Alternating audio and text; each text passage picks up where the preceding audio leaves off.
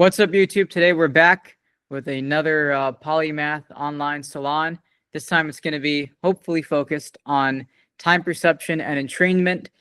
We're going to talk about how that kind of relates to things in moving systems, dynamical systems. But the goal of today's conversation is we would like to converge on some shared perspective on a good way of modifying a good way and a reliable way of modifying time perception in human brains and potentially other organs as it relates to the way we experience the world and experience the aging process. So we're going to start off today with some introductions. Michael, you want to introduce yourself? Hi, I'm Michael Ostoff. You guys probably already know me, but I'm a PhD physics student at FAU, and I'm an affiliated researcher with the Wolfram Institute. And I mainly specialize in general relativity and complex systems. And what would you be interested in time perception today?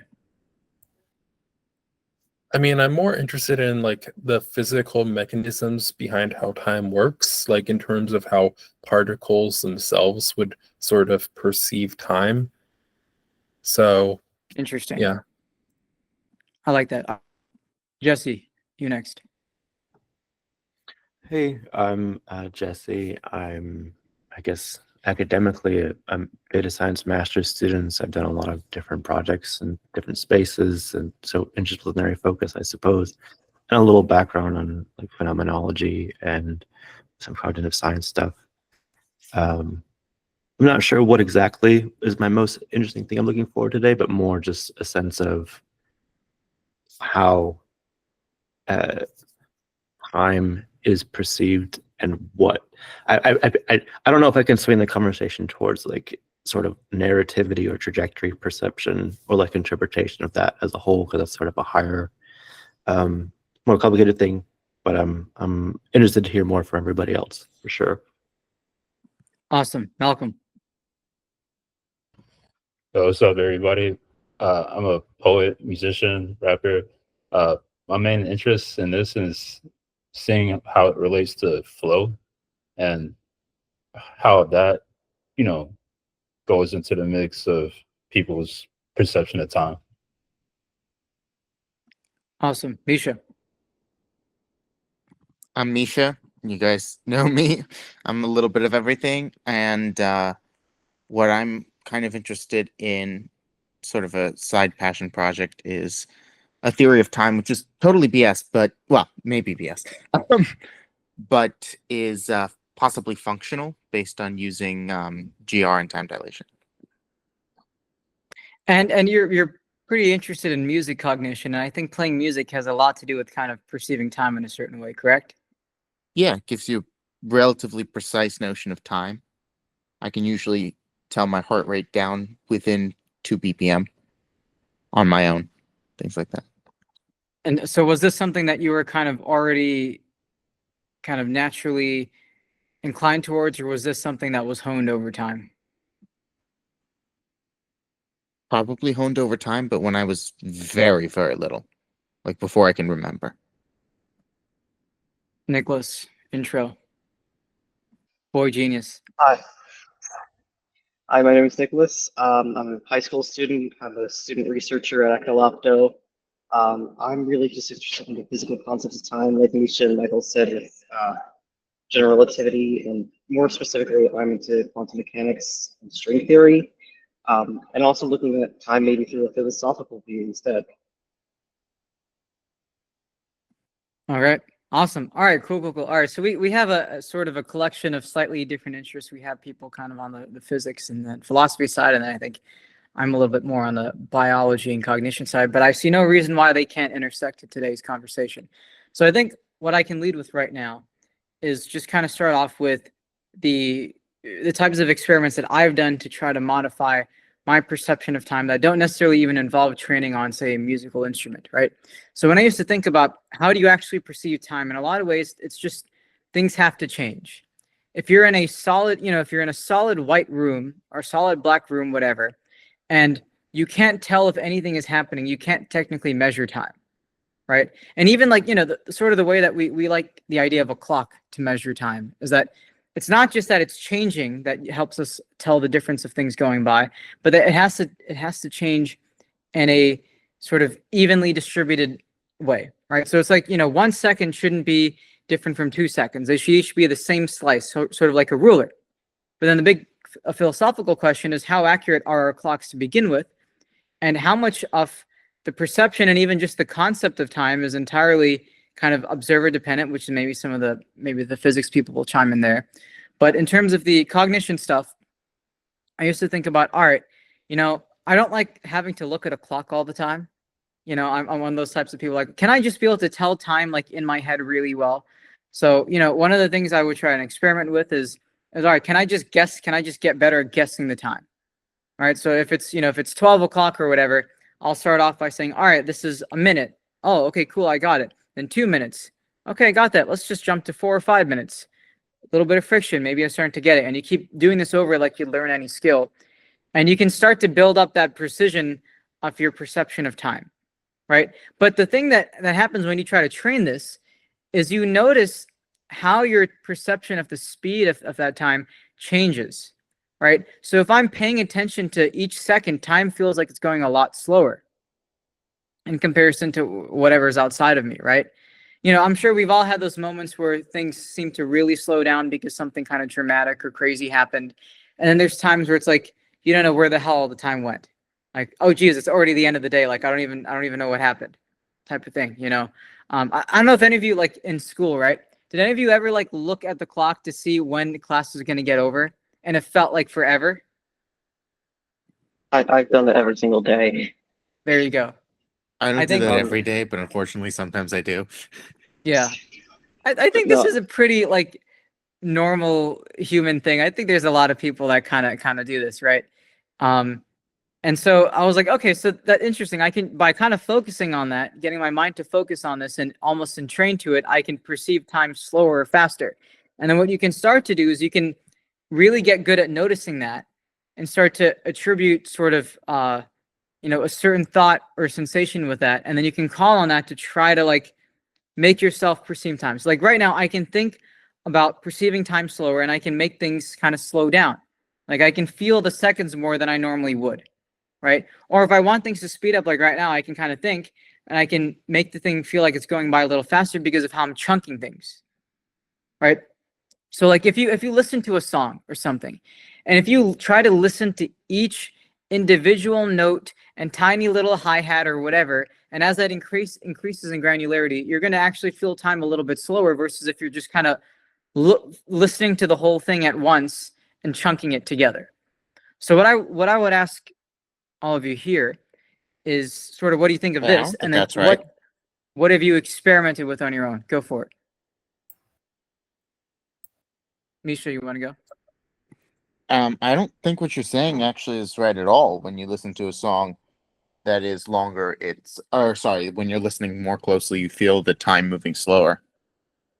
In what Um, sense? I Right. don't know. I've never experienced such a phenomenon.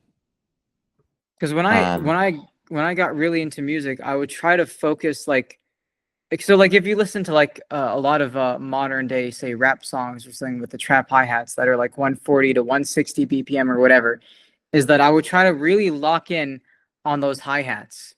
And then it would feel like the song is lasting longer versus if I was maybe focusing on kind of the melody or the lyrics. Listening to those hi-hats is basically kind of like how you'd be looking at the clock and counting seconds, right? But then you can keep subdividing it.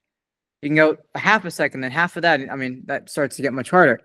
But I have noticed that like if I'll listen to faster songs, if I just sort of chunk it together like I would any other song, it doesn't really change things too much. But if there's a faster song and there's more going on or whatever, if I really lock in on the percussion and the hi-hats or whatever, I feel like time is going slower. And I'd be like, oh yeah, this is 1 count, this is 2, this is 3. It feels like it's going a little slower. And then versus if it's, a different kind of song that's maybe around 130, 140, even 120 BPM, is it changes that. And I do wonder, what is the difference between the perception of time of people that sort of have to do with melody more than they have to do with, say, working up a beat, like a drummer versus a singer. So Are you referring to the perception just of like how long every beat feels like it takes individually? Yeah, or like what are I'm you maybe talking like, are you saying that your sense of the tempo changes? I'm not saying my sense of, I guess sort of your sense of tempo kind of changes, but like if I play, say a 140, 150 BPM song right now, and there's a bunch of hi-hats, right? Just right. And if I really focus on those sounds, I feel like I'm experiencing the song a little bit slower. It feels like you're experiencing more of the song and you're experiencing it slower versus if I'm just kind of very passively listening to it and it all kind of chunks together.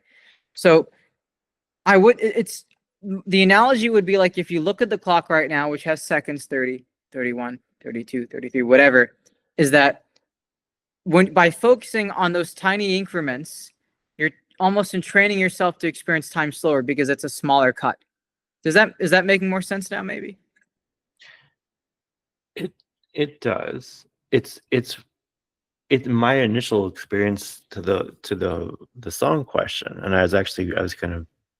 I'm glad you brought that up specifically, is my most vivid take on this is actually, I don't think it's the opposite, but I think what it's leading me to consider is what is sort of the type of music may affect this, or at least like what my example that I'm in my head thinking about right now is there's a song, one of my oldest favorite songs growing up. I would listen to it all the time, and I would notice very specifically, like, wow, sometimes it feels like it's going really fast, and I'm really excited, and it's just like Right. just crank it through. This is amazing. And then sometimes it would just be like, oh, and I'm not as emotionally engaged by it, or I don't want to like jam to it as hard, or it's just I'm focusing on something else in the song, and it feels very, very different. Correct. So I guess for me, it's maybe it's about that I'm focusing on the smaller details like you're getting at, but also for me, I think it's a bit like I am just, my emotional engagement to the song itself is just different. And I may not be in a state where it's like, all right, I'm going to totally rock out to this song right now. And it's more an intellectual exercise, or I'm not trying to be what I'm gauging what I'm like tethered to internally isn't the same as a precise deconstruction of what's happening. It's like I want to go somewhere else with a song. So I'd be curious how that fits with this, and everybody else has their hands raised too. Does this also sort of explain the difference of experience of time with boredom? Like if someone's disinterested, sometimes things will feel like, oh God, can it end already? Or it feels like it's going much more quicker. I mean, And that you was just going to be my original point too, is like, it's sort of Right. like, but my first comment was going to be, I'm curious how this relates to sort of one's emotional investment, or essentially like pleasure or just desire to be in a situation or not, and how that affects things. Keep going. Right. And then before I get to Nicholas and Michael, is that, I mean, that sort of ties into the flow thing, right? If you think about that, right? But I mean, I have seen that, at least things that are described as flow-like, is some people will say that it feels like time slows down, but I do think that with flow, it's usually like, where did the time go?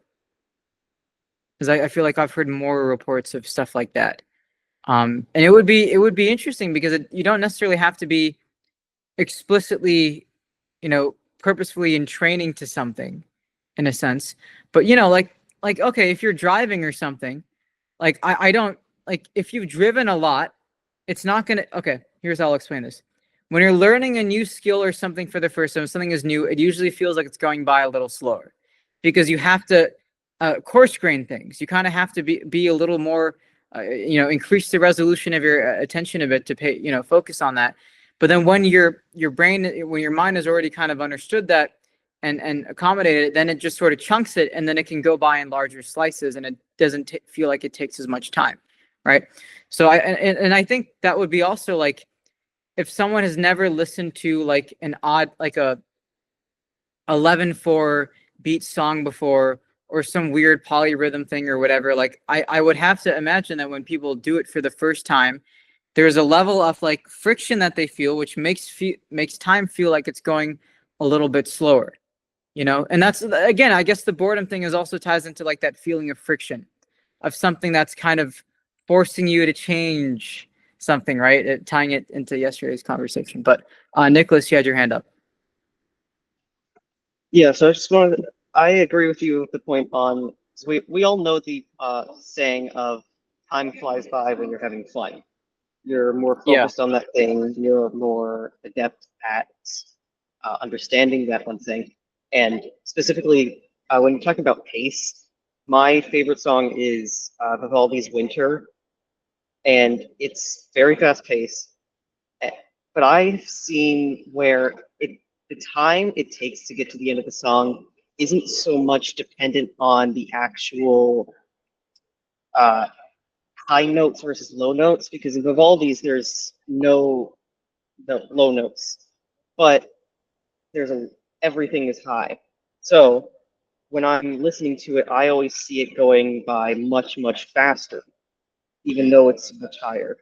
And I've always felt that even though I'm focused, because I've listened to it many, many times, when I'm focusing on those high notes and those very high pitches, it doesn't so much increase the time, but because I'm taking in and focusing on those things, my mind is almost predicting the next outcome because I've listened to it so much. That way it Right. feels like it goes by faster because I'm doing it at faster in my head.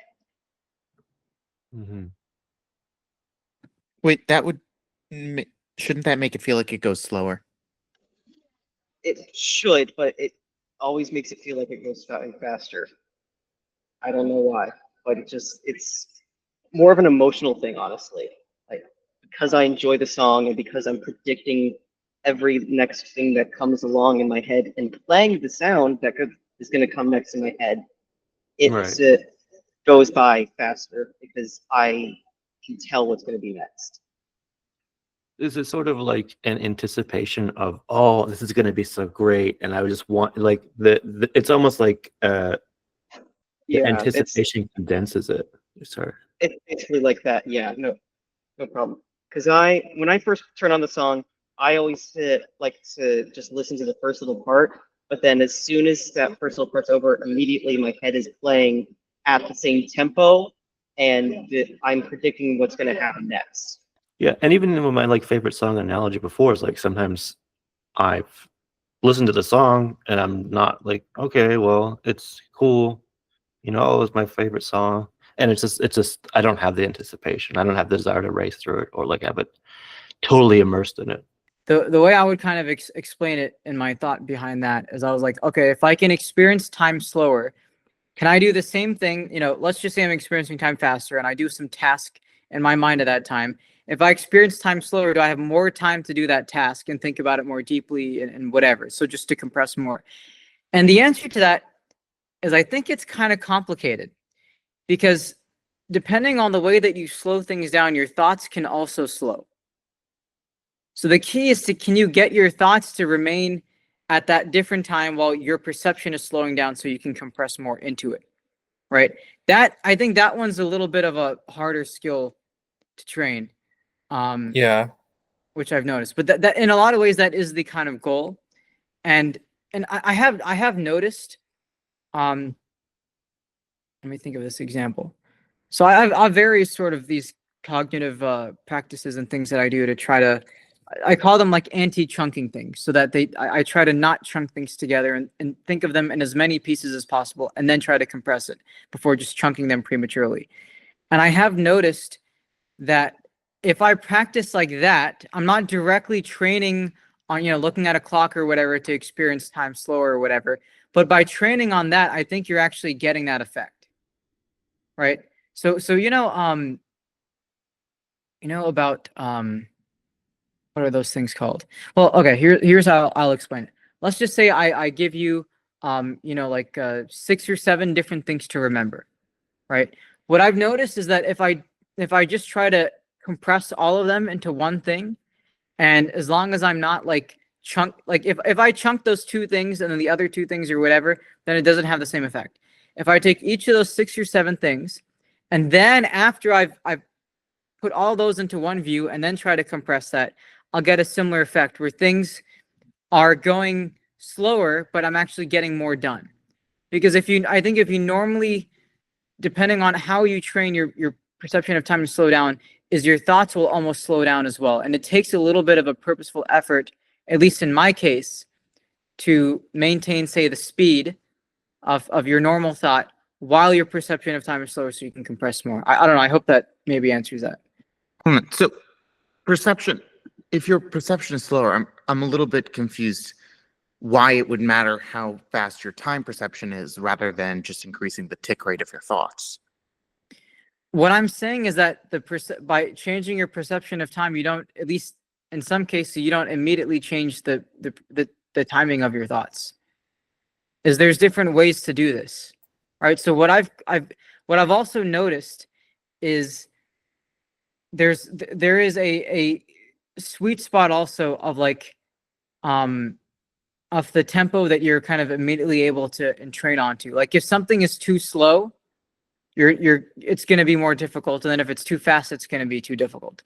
Like if you listen to a 250 BPM song, like you're going to start to struggle a little bit versus, and if something is like, 50 BPM, like it's going to be a little harder.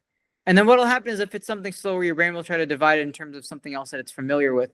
But it's a whole nother skill to try to look at it for what it is and then try to train on that. But I'm saying, I can just say from my experience that by changing your perception of time, by training on a clock or whatever, doesn't necessarily mean that you're able to do more thinking in that time. I think you have to sort of train to do both of those. I don't know if that makes sense. I think Probably not to there's you. two things that might be getting confused here, Okay. and that is the perception of outside time, of wall time, and the perception of how quickly your Perception of thoughts move outside time. within a You're- single Yeah. period We're of time. changing the perception of outside time. Where it's like, oh, normally you think, oh, this is like a minute, but actually it was only 2 seconds type of thing, like in an extreme sense. Which, by the way, can also happen in very advanced meditative states and definitely on psychoactive substances. But yes, it's basically saying that, let's say you're slowing things down such that you feel like it's only been a minute, but actually outside it's been 10 minutes. Or sorry, you feel like it's been 10 minutes, but outside it's only been 1 minute. Right? And actually, I have a very... Go ahead. I just wanted to, so I fully agree with that because I've joined in, I've done multiple SAT tests recently because I'm getting ready for college. And within the first like 2 minutes of trying to do it, my brain is rushing through because of my ADHD, and it's trying to read the same paragraph 50 times over, and I feel like it's been 20 minutes, but when I look at how much time has passed, it's only been maybe 2 or 3. And it's mostly just because I'm so deeply focused and also nervous about taking the test that it creates a feeling of just rush during the entire time. So earlier, when you initially asked the question about, or when you were bringing up how paying attention at like a granular level to music, I thought that has to be different for different people based on, their perception. Yeah. Yeah. Like I spent a bunch of time learning different parts of different songs. Sometimes just like the beginning part and slowing it all the way down to 40 BPM and practicing whatever part I wanted to learn from it for, I don't know, an hour or so. Yeah, I gotta say, I never really felt like the song was slower doing Really? that. Yeah. That just started making me think of people's language learning capacity too, and just like how you don't know a language, it just sounds like noise to you, Right. and I think people can be at varying levels of that with music too. So like Sure. somebody, they might not really perceive the bass notes that well because they never played the bass. That doesn't like register for them for whatever reason. So like to comparing them to a bass player, which is like I guess an extreme comparison, they're just not gonna have the same kind of perception when it comes to paying attention to the song. as a bass player with slightly degraded low frequency hearing, I don't think that is quite as important as far as the perception of the frequencies themselves, because bass is an interesting instrument because you really have to pay attention when you're playing to the overtones. Hmm. Yeah, right? it's just You're a bass player, I presume? no, not mainly guitar is the main thing for me. But I just use that as a random example. It could be anything. Wait, Nicholas, you're a bass player? Uh, Sorry, no, I was waiting. So I was waving bye to someone at the event. My apologies. Sorry, any other bass players in the house? I I do play play violin, bass but too. that's not related. I'm a wannabe bass player. I'm slowly trying to learn. I can play, but I can't slap. You know. Yeah, Michael. Michael, you got your hand up. Oh yeah. So I'm wondering, this like thought I have is kind of goes against some of Nicholas's experiences, so I'm not really too sure about it. But I was wondering, what if this time perception is really instead some perception of engagement or boredom? Because like if the time perception isn't correlated with like speed of thought, then you could imagine something like maybe some AI, which could think way faster than like a human, and you could imagine it like interfacing with a human. If that AI like perceived time passing a lot faster due to being able to think faster, then it wouldn't really be able to like hold like a conversation with a human like particularly well, because the human would basically be in slow motion, and the AI would constantly be bored throughout the entire conversation. But if the perception of time, or like I guess boredom, were to be altered, then even though the AI is able to think extremely fast, perhaps it doesn't seem like too long of a wait to have this conversation with, say, like much slower human. I don't know.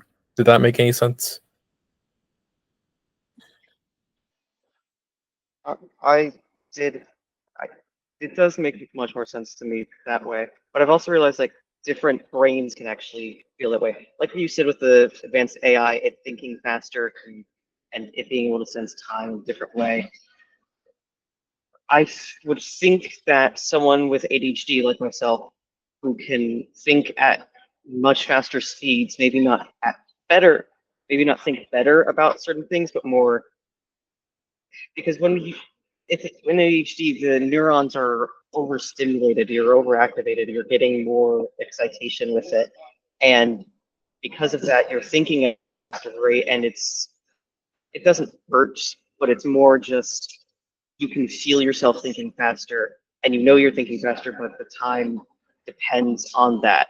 Like if someone who, what I'm wondering really is if a neurotypical person is trying to think as fast as someone who is neurodivergent with ADHD, are they going to feel a different time dilation effect compared to someone who has ADHD and is thinking at that same speed?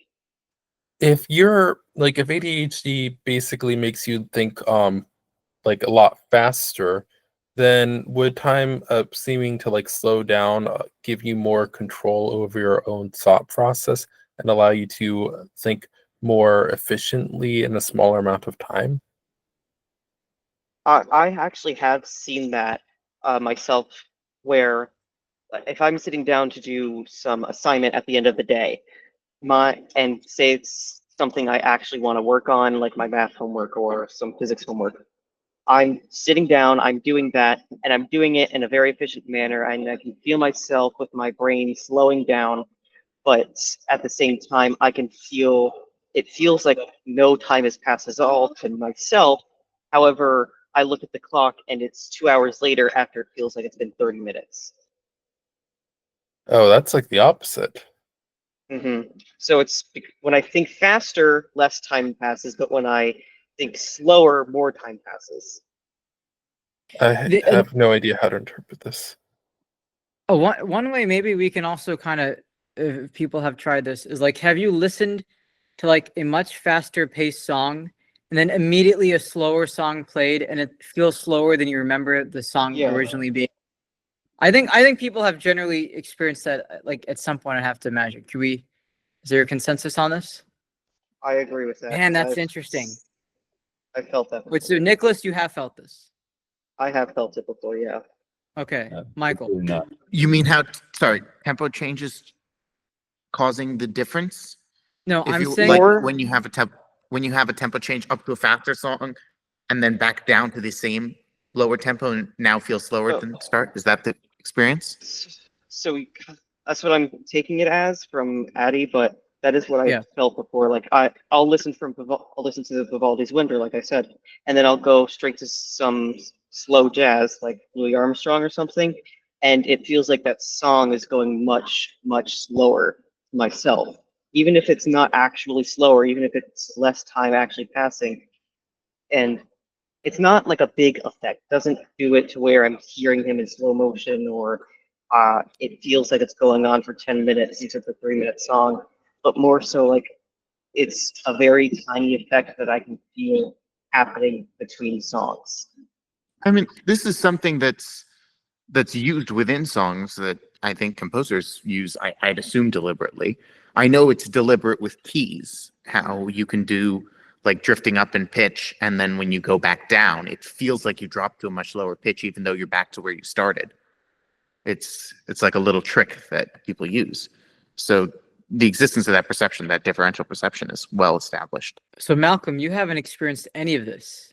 Going from a fast song to a slower song, and that slower song feeling slower. Yeah, like you're listening to it. Let's say you're listening to like a 160 BPM song. You're really getting into it, right? And then immediately after the next song is like 80, 90 BPM, Mhm. right? Have you felt like, okay, it feels noticeably slower than you remember it normally being? Yeah, Because your mind is almost sort of entrained to the faster song while you're getting into that, and then if it's sharp enough of a change, it's like, oh wait, I was just on something that was faster, and now this feels slower. I definitely perceive the slower BPM, but if the song feels even slower from what it normally feels after listening to a faster song, I gotta say, nah. Like a song to me is Interesting. like a fingerprint. Like once I hear it, it's like this is how this song is. But I don't know. I guess it's just me. It also makes me think of let's just say there is a song that you know really well, and if you were to slow it down or speed it up, how is our mind able to create that shared abstraction, shared picture, right? Because like I can, when you edit a song on a DAW or whatever, like you can slow it down, you could speed it up, and you'll probably still be able to kind of tell it's the same song. But the other thing too that we were talking about is like, does the perception of pitch also change depending on the speed?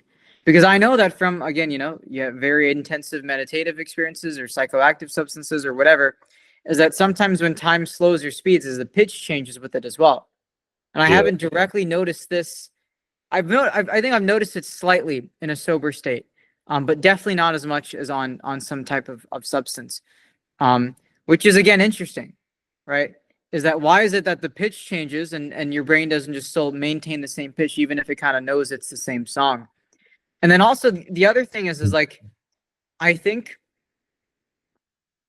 that our perception of time, and I'm just speaking, in terms of cognition and biology, is I don't have the impression that with that pitch change, are you referring to with the when you're slowing down the song and just using a pitch shift?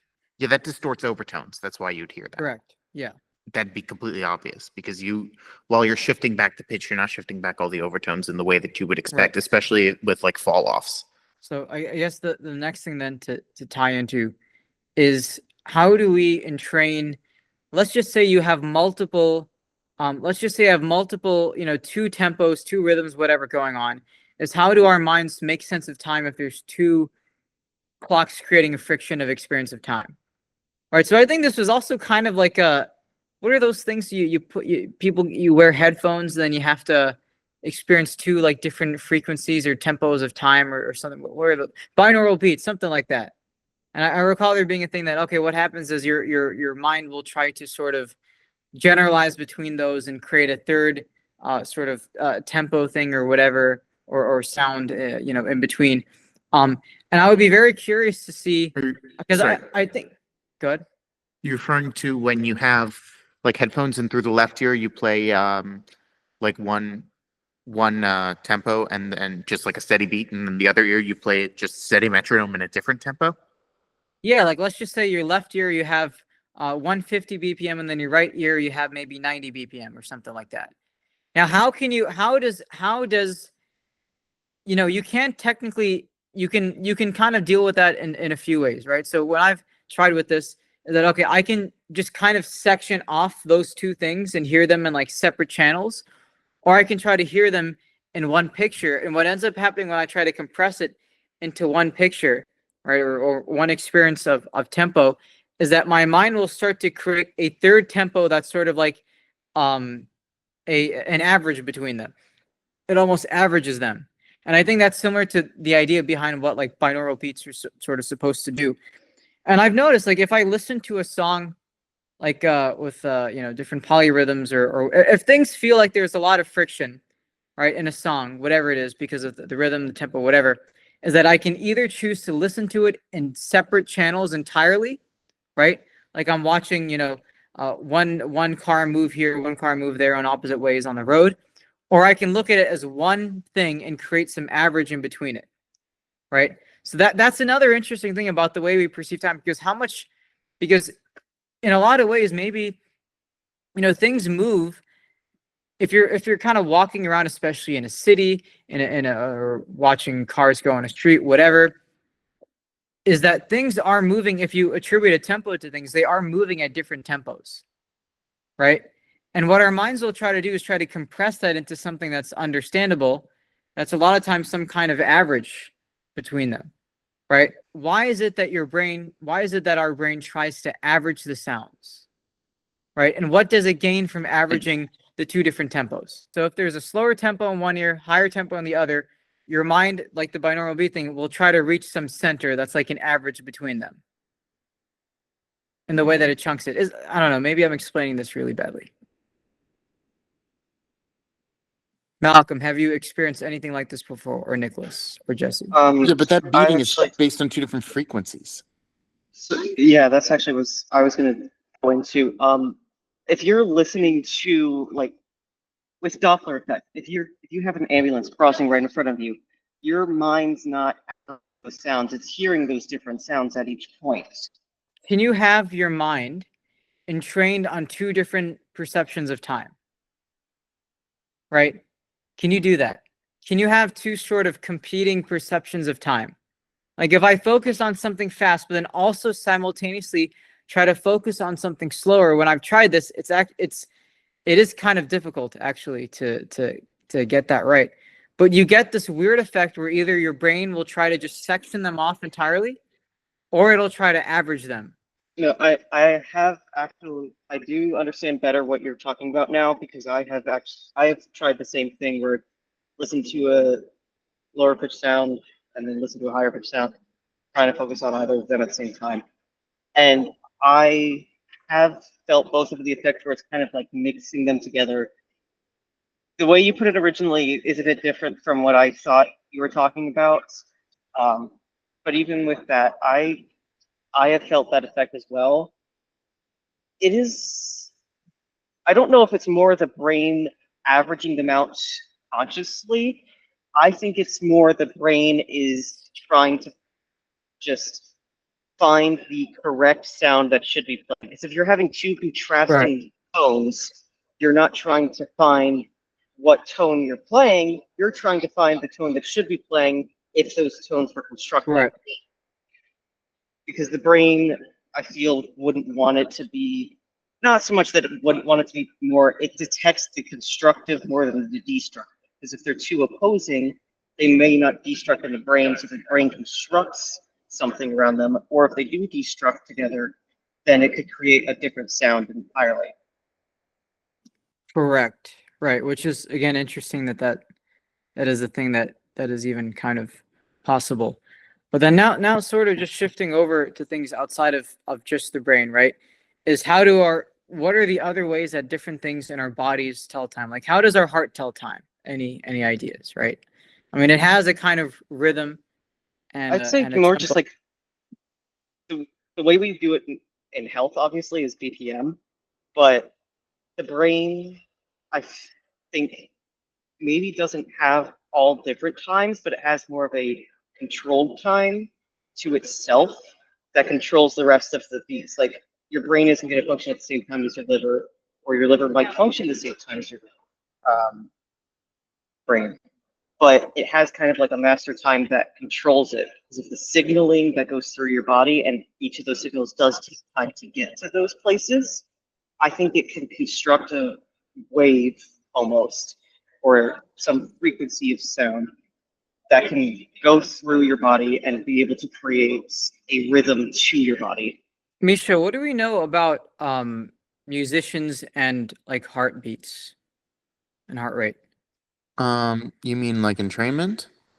Yeah, like do we know anything kind of more concretely about how, I mean, I guess having the skill obviously to kind of understand and play music, but also like how does say your heart rate change depending on the song? And I don't mean emotionally, where that, I mean, that's a whole nother element, but just from sort of the tempo, is how plastic is the heart rate, you know, like how receptive is it to changes in tempo in the music that you're playing?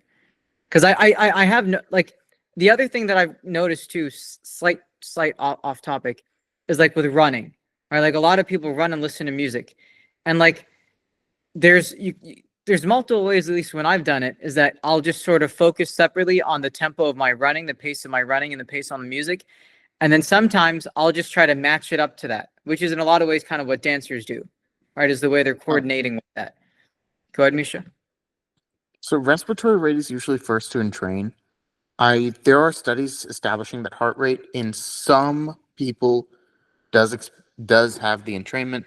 I think that it's more common in musicians, but I don't know of the I It don't know should the be studies common offhand. in probably dancers In to some breath, degree.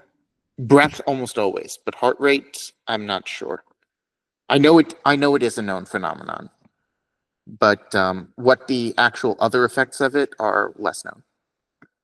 Has anyone, like, in terms of the heart thing? Actually, this is we had a mutual friend we spoke about this with before a couple weeks back, about like heart entrainment, and like if you have you ever like slept next to someone, like your chest is touching their body or whatever, and it can perceive the heart rate. And do you ever feel like, let's just say you're going to bed, and whoever you're sleeping next to, the heart rate, their heart rate is slower or faster because they're sleeping or awake, and then yours is something else, and then it almost starts to entrain onto that. Have any of you noticed that? Because I've noticed this actually multiple times, and I have heard of other people experiencing this as well. I don't know if there's anything like concrete about what's going on, but I have noticed that, like, at least in the case of your heart, and again, maybe there's just diversity of plasticity in people's organs and all that type of stuff. But I have noticed that, like, if you know, I'm going to bed or whatever, and somebody else is there, and if my body is able to directly, you know, touch the surface of theirs and feel their heartbeat, I'll notice that they start to kind of entrain. It's like, you know, have you? I'll phrase it to you this way. Have you put you know, like metronomes on like a plank of something, and you put them all at different rates, and then eventually they all converge onto something? Yeah, it does happen. I can't remember offhand where the studies are. I know there are studies of this occurring with certain kinds of beats. It's more common with breath. I'm not entirely sure how it works with heart. Anyway, so I guess maybe a question to ask is, why is this stuff possible? Why is it that our brain in particular has this way to entrain to something, and in this case even our heart, right? Why is that the case? And if there is some reason that these systems are able to do that, what other parts of the body share that? And if there are parts of the body that don't share it, why? Like, why not, right? So I would have to imagine that when you start to think of entrainment and timing in a more abstracted sense, you could say that the cycles in which your liver processes things and your kidney processes things and all that type of stuff is its own kind of cycle. And relating this to the aging field is, generally when people think about aging slower, they're like, do you just slow all of that down? Like, just slow your metabolic rate into something like hibernation? Or is there a way that you can keep the thing running just as fast or faster and then still maintain that kind of longevity, which also ties into that thing earlier we were talking about, you know, you can perceive time slower, but your thoughts are actually just as fast as they would have been if you weren't feeling time slower.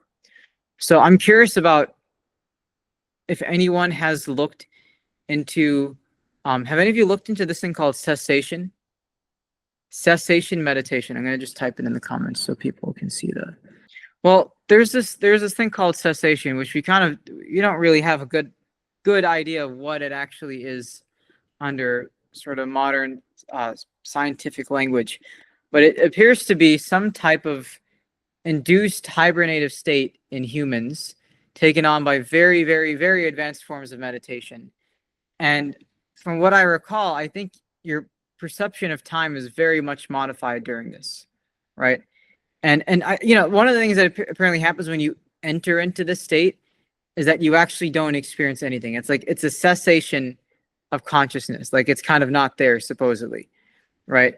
And then, you know, when you wake back up or whatever, I guess it can be even after days, is people are kind of like, it feels like they're coming into the world again, as if they were when they were, you know, a child or something. And So I also do. Go ahead. I just wanted to ask, so is this kind of like the way I'm reading it, I'm reading some of it right now. The way it sounds to me, it's kind of like the inverse of lucid dreaming, where instead of losing consciousness, you kind of have control over it at that moment. And that also affects time passing, but also it's kind of like a coma where you can't actually feel yourself sleeping and you just wake up at 5 minutes or something after you fell asleep, but then you've been gone for like 20 years. Yeah. I guess that's a way to describe, because that's also like, what do we know about time perception in comas and people waking from comas? In a lot of ways, I think cessation is almost like potentially inducing a safer coma or something like that, right? And I guess there's some level of control you can have over it. And, you know, speaking of getting into states like that, like I was going to talk about sleep in general and time perception, but there are people that are pretty good at, like, I can wake up at this time and I don't have to set an alarm relatively precisely. I can nap for this amount and it's going to be, you know, pretty close to the dot. And then there's some people that are just kind of abysmal at it. And I have seemed to kind of understand that people that are more efficient sleepers may be better able to tell time, because maybe part of the sleep disorders that we have is that our internal clocks are kind of, I guess, malfunctioning, you could say, that they're trained to all these different things and they're not able to make sense of the differences in time. The system kind of breaks and malfunctions, right? Because, you know, in an ideal sense, you'd be like, all right, I want to sleep, you know, for the least amount possible with the most amount of rejuvenation. Right. And there are like these people that are like these super sleepers where they can sleep for a very short amount of time and they seem to even be protected from some cognitive issues and health issues or whatever. And they seem to also be able to tell time quite well when they're awake. So I also wonder, have we looked at like long-term experienced musicians, particularly ones that understand tempo and beat very well, right? Maybe drummers will be better at that. Or I guess even bass players, right? And do they sleep differently? Like, do they sleep differently after the training? Right? If they have a better sense of time, how much does that transfer? How much does that directly, without explicit training, then transfer over to their sleep or naps? Yeah, I know it's just me, but I can go to sleep at like 1 and I'll still wake up without an alarm or anything at 6:30 or 7. And I don't feel like, you know, tired or like I didn't get enough rest or anything like that. And I feel like I do pretty good with being able to tell the time or guess time throughout the day. Well, also, like, your perception of time changes while you're sleeping, whether you're sleeping and you're lucid dreaming or not. Your perception of time, in fact, at least in my experience, is that it changes, but it changes like quite chaotically. Like it'll feel faster, then it'll feel slower, then faster, then slower, and whatever. And I gotta wonder, why is that? Right. So I often say that, you know, states of distraction that get you out of your tunnel vision are ways. So I think basically sleep and dreams. I think sleep and dreams are a way to keep your mind from getting into tunnel vision. I actually also think that's what rest function as for the body as well, because I was going to get into circadian rhythms and all that at some point. But you know, the thing that's kind of interesting is that why is it that your perception of time can change during sleep, right? And why is it that that can almost be trained or modified in some way with lucid dreaming or these intensive meditative states or whatever? I'm just kind of curious. The thing is I actually haven't seen, at least on my end, I have not seen like a large amount of studies or anything at all on this type of stuff. Most of the stuff I've just found like just online, like just people kind of experimenting. If I could just offer an insight into this, I agree. I have not seen anything on this, and it is a very interesting topic. So it's kind of hard to not see it. But the reason I think we don't see more of this is because I've known experiences people have had where they've tried to just force themselves to lucid dream at one point, and a lot of them end up with some form of sleep paralysis, and Correct. it's an awful experience. So that's probably why we don't see a lot of things like this, because people know those stories and they see those and they're like, okay, it might be interesting to do this if it works, but I'd rather not take the chance on myself to have sleep paralysis, because then also goes into the ethical part of it where it's Right. not good to test on humans in any case, especially in the case where it could end up harming them. Yeah, and you know, I guess this also goes into the thing about what are the risks of training and changing with these things, right? I mean, there's sort of a sentiment about, oh, by doing anything that's kind of out of the ordinary, are you messing with nature or whatever that means? But you know, meditation can be a dangerous thing. There's people that don't know this. Meditation, especially when you get into the more advanced techniques, I would not recommend for everyone yet. I wouldn't. And there are people that have kind of really screwed themselves up off of that if they got it. This is actually my second time like hearing somebody bring this up. Mark Manson. I read about that in his newsletter one time. Yeah, he shared like some stories. It's like horror stories about people getting really messed up from, you know, intense meditation. Yeah. And you have to think that, like, you know, people will say that there's similarities between, you know, things meditation does and things that, you know, psychoactive substances, you know, psychedelics do, right? And it's like maybe some of those risks also transfer over from psychedelics into meditation, even though you're technically in a sober state, right? And again, that's just why we need to study these things more, right? Is that I think there is sort of a gaining interest in coming to this kind of this idea that if you change your mind, you know, if you modify your mind, your cognition, whatever, is that may just help you. That may help you solve problems better. That may help you find a better problem to solve, right? Because I think half the battle is also choosing the right problem to solve. But the other thing I want to tie into this, right, is are there ways that you can have okay, I'll put it this way.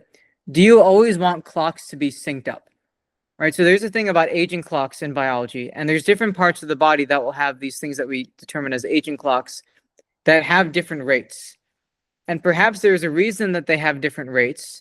And maybe one of those reasons is that the body as a whole, sort of like what I was saying earlier about how your mind has to make sense of two different tempos, creating friction. And in a sense, that's almost like creating a workout for your brain. Potentially one of the reasons that things in the body may experience time differently and have these different aging clocks is because if you synced it up, your body wouldn't be able to tell time anymore.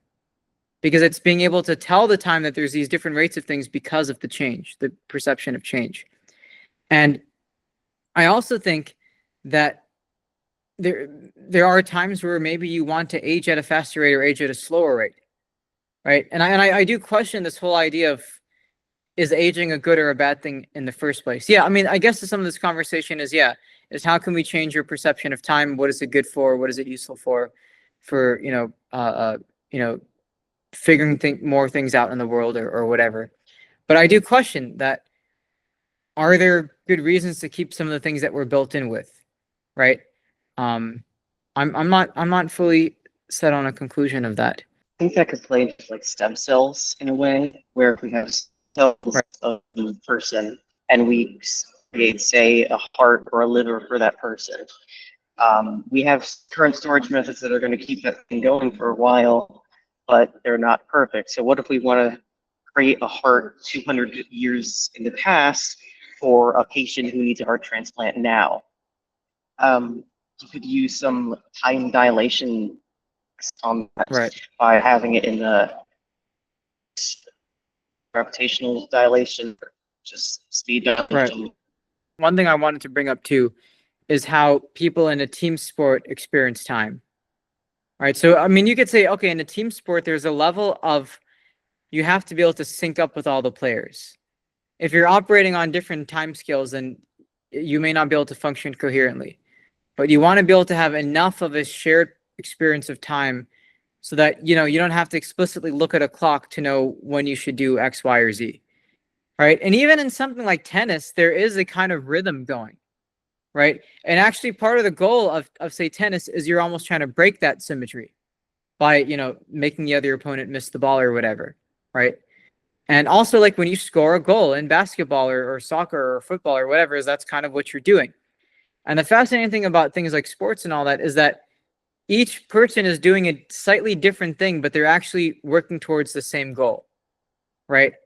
Which is interesting to think about in terms of also the body as well. Like if you think of the body as a sports team, as an orchestration, you know, each person, you know, for an orchestra to get the whole picture of something is people are playing different instruments in slightly different ways, but there's enough of a shared, you know, there's enough of a shared perspective or invariance. Yeah, swarm, exactly. Yeah, swarm stuff and collective intelligence. Yeah, there's enough of an invariance there where you could sort of perceive that they're acting towards the same goal. And that's why I'm so interested in bringing over the ways we have of modeling dynamics in orchestras and swarms and all that type of stuff into things in the body. Not at the cellular level, but on the organ level. Right? Because I am a big fan of like, what are the most powerful things you can do that are super low cost that we just have never considered before? And so I wonder, are there ways that you can train the perception of time? And I guess let's say the perception of change of different organs. And there's times where you want it to speed up or slow down. It's like, okay, it's like, you know, when you're eating, for instance, is your metabolism is going to change in response to that. Right. And there's actually something that happens in people that calorie restrict for a long time, if I understand this correctly, is that their metabolism can slow down. Right. And then they may have a lower body temperature or whatever. And I don't think it's that you necessarily always want a high or a slower metabolism. I think you just kind of want the freedom of choice to choose between them. Right. And so, for instance, if you could slow the rate of change of the way the let's say your kidney stones are processing things or your gallbladder is processing things, could you potentially prevent gallstones? Right.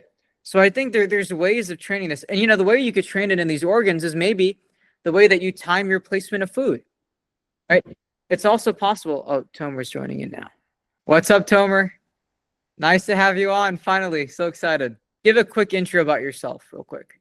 Yeah. How do I describe myself quickly here? Yeah, I grew up in California, went to school in college where I studied computational neuroscience.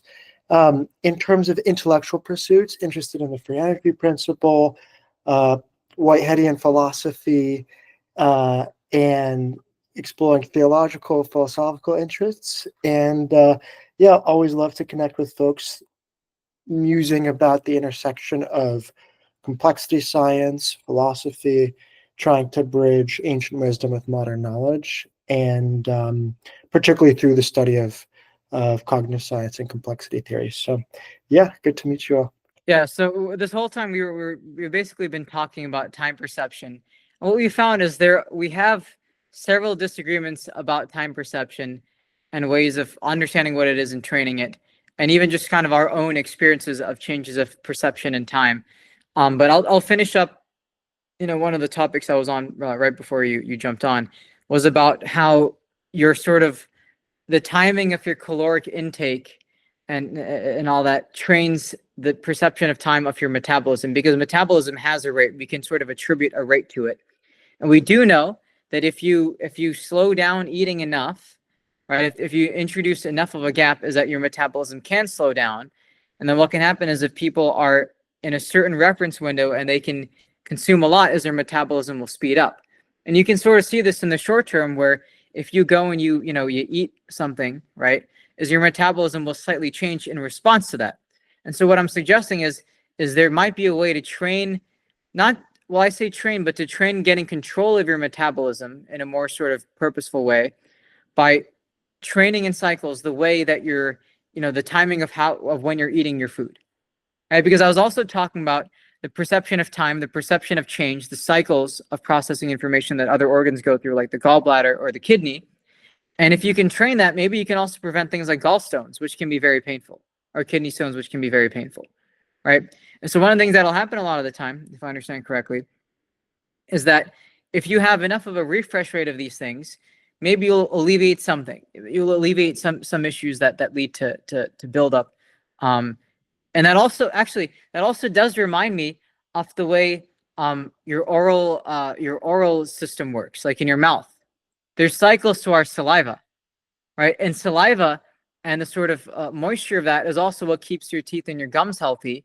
Because if you didn't have that kind of cycle, and if there wasn't an established pattern to that, which I also think is one of the things that can cause something like xerostomia, which is a dry mouth, is that what'll happen is, okay, you will get calculus and plaque, and you'll have dental caries and cavities and all sorts of issues. And so the more you think about this, there are these other kinds of cycles or rhythms or perception of change in time and all these sorts of systems in the body at a larger scale and a smaller scale, right? And we also kind of know that, if you want to improve your oral health, a lot of the times you want to increase the rate of saliva that's being produced in your body. And, if you slow it down, it can create a problem. But you also don't want to have just saliva coming out the whole time. You want to establish a kind of homeostatic loop almost. So I'm just curious if anything here has sprung any ideas for you, Tomer. Oh man, so many interesting things to consider. Keep on going. Yeah, I want to hear more, but I definitely resonate with the idea of subjective time. It seems that the metabolism biological focus is definitely interesting in terms of how much can you actually control subconscious or unconscious functions as well, and how much influence you can have on that. But yeah, this concept of one's relationship with time, I think, is fascinating, because we all have these stories of an eternity can happen in a second, and a second can last an eternity almost. And so thinking about one's relationship with time is interesting. I think what Aristotle has like a quote on time, but I think in recent philosophical musing, people like Bergson explore this idea called la durée, which imbues more of a subjective relationship one has with time, to make it a subject object type relationship. But I'm just here to listen though, and hear more. But those are my initial reactions. Like, the concept of subjective time is really interesting, and control over certain biological functions is cool too. What ways, Tomer, have you tried to, or just sort of in your daily life, or just moments throughout your life, like what are the moments where you felt time that just like it really sped up or really slowed down? Are there any distinct moments specifically that you'd be able to talk about? Yeah. So actually, to me, this is like, there is such thing. I do think there is such thing as subjective time dilation. So, for example, like when I was doing a triathlon, like the triathlon was like 5-6 hours, right? But when you do it, it doesn't, in some way, shape, or form, like you kind of get into a point where you're just going unconsciously a little bit, and time feels shorter in a sense. So like for whatever, 5 hours can feel like 30-45 minutes. And then alternatively, like if you're in a lecture hall and you could care less about what's going on. Time feels super, super long.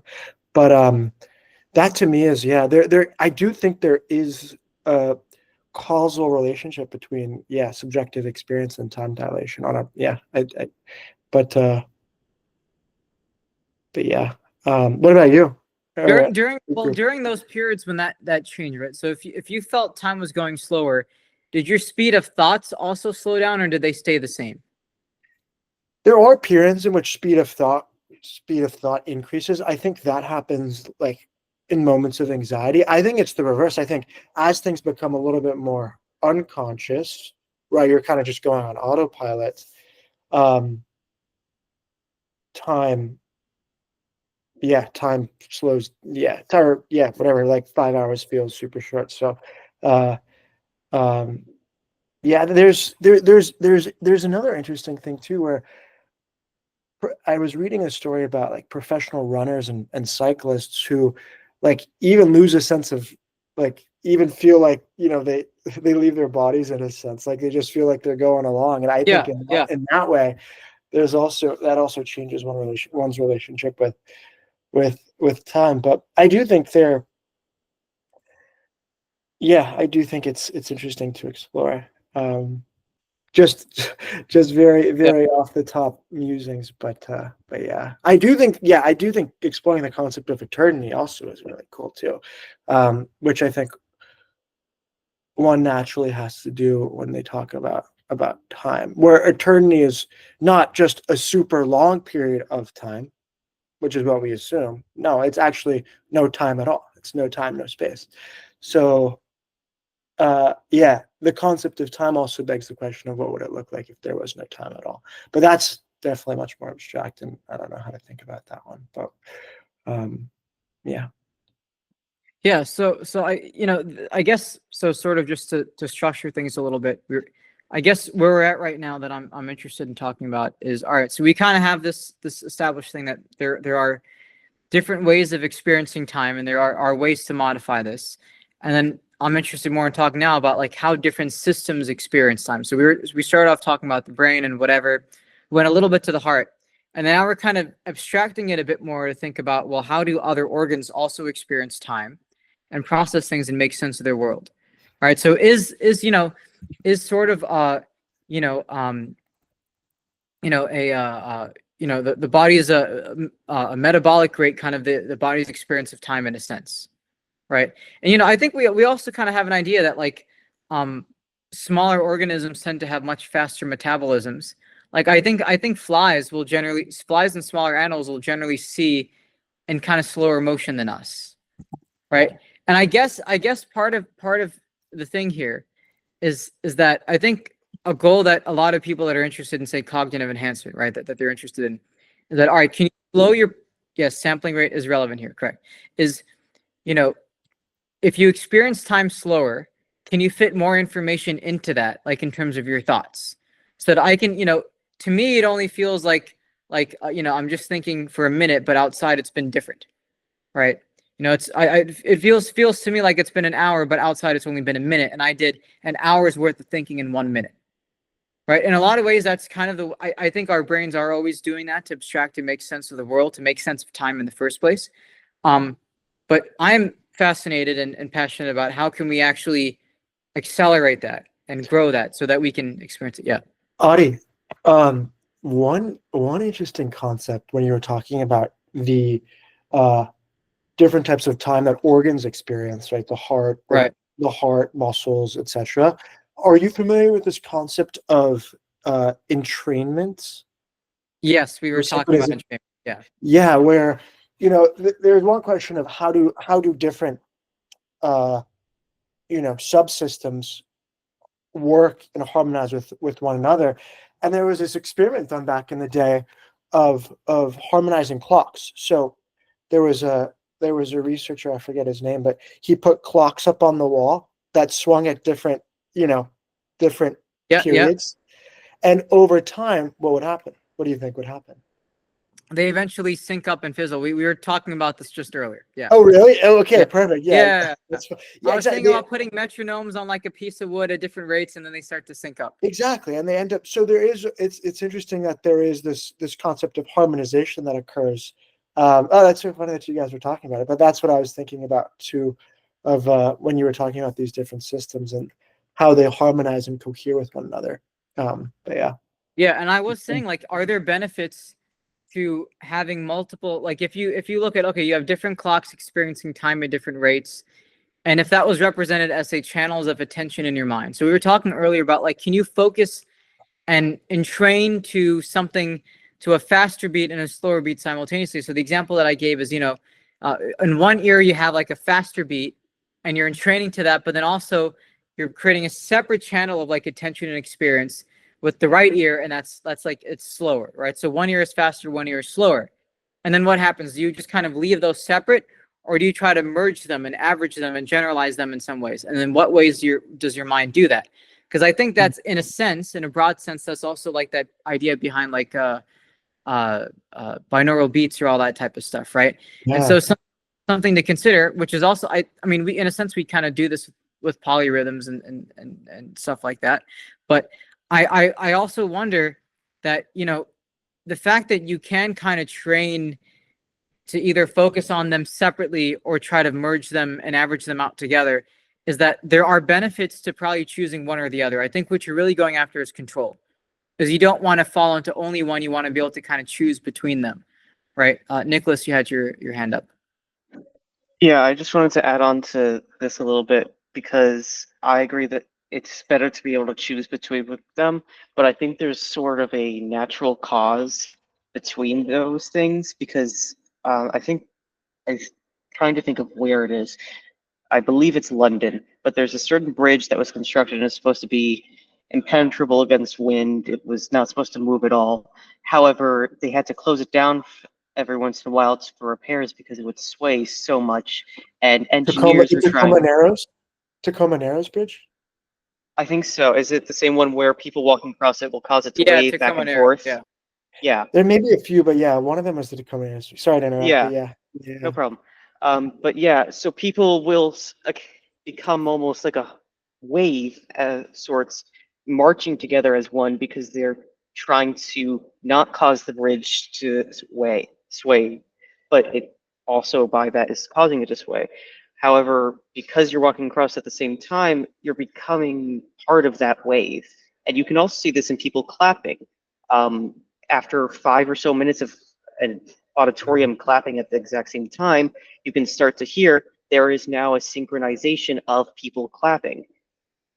So it's more unconscious that it always happens. So if we think about it, maybe we're able to choose between, but if we don't consciously recognize something changing or the difference in two things, we can't recognize that and they'll always be the same. Yeah, and I mean, I think this is something that's kind of come up in different things that we've talked about, but we're sort of like, where does the synchronization stuff come from? And like, particularly, I mean, biologically, I don't want to use the word offloading here, but more of like, it's sort of a way of understanding signal and noise at a broad level. Like if there's something to coordinate to that you can reference, it's just sort of I don't want to say easier, but more like there's something by which to reference other things. And so at a very large scale, I think that's a lot of, we can say entrainment, we can say coordination, but it's sort of like there's something that's being done in relation to other things because sort of like, birds flying in the V formation, like there's just a lesser cost to align with it than constantly going against it.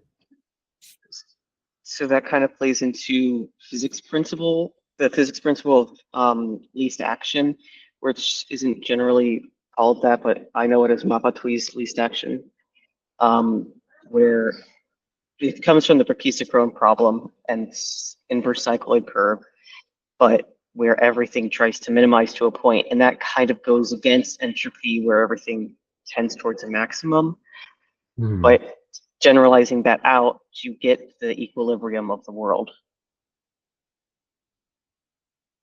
Yeah, I think entropy versus, you know, consolidation is very relevant.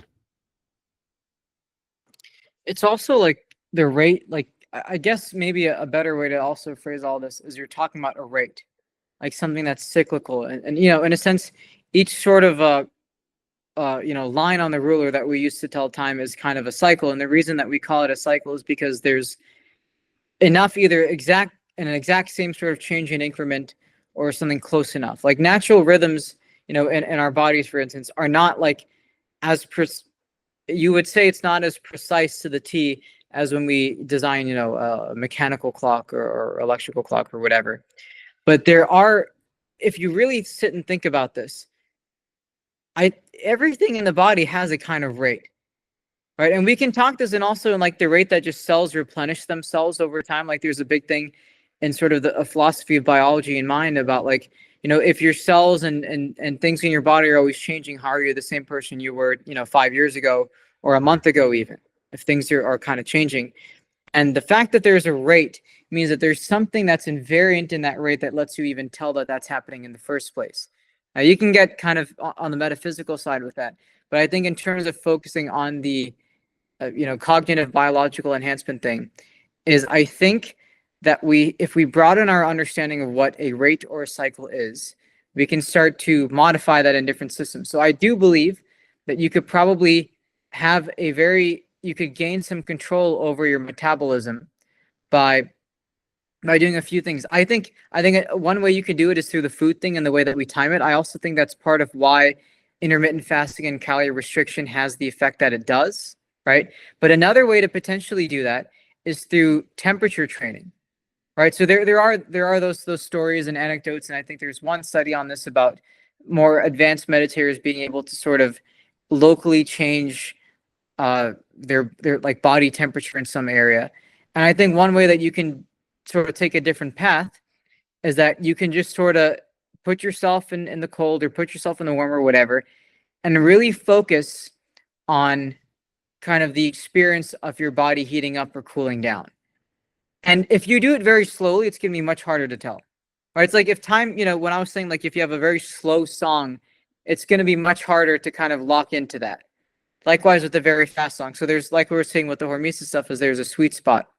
And I think with this, if you want to sort of gain control over temperature and metabolism in some sense, since there's relatedness there, is that you can probably, like if you just go right now, you know, maybe not literally right now, but you know, you open up some cold water in the shower, whatever, and you just hop in, feel your body adjust, and then step right back out.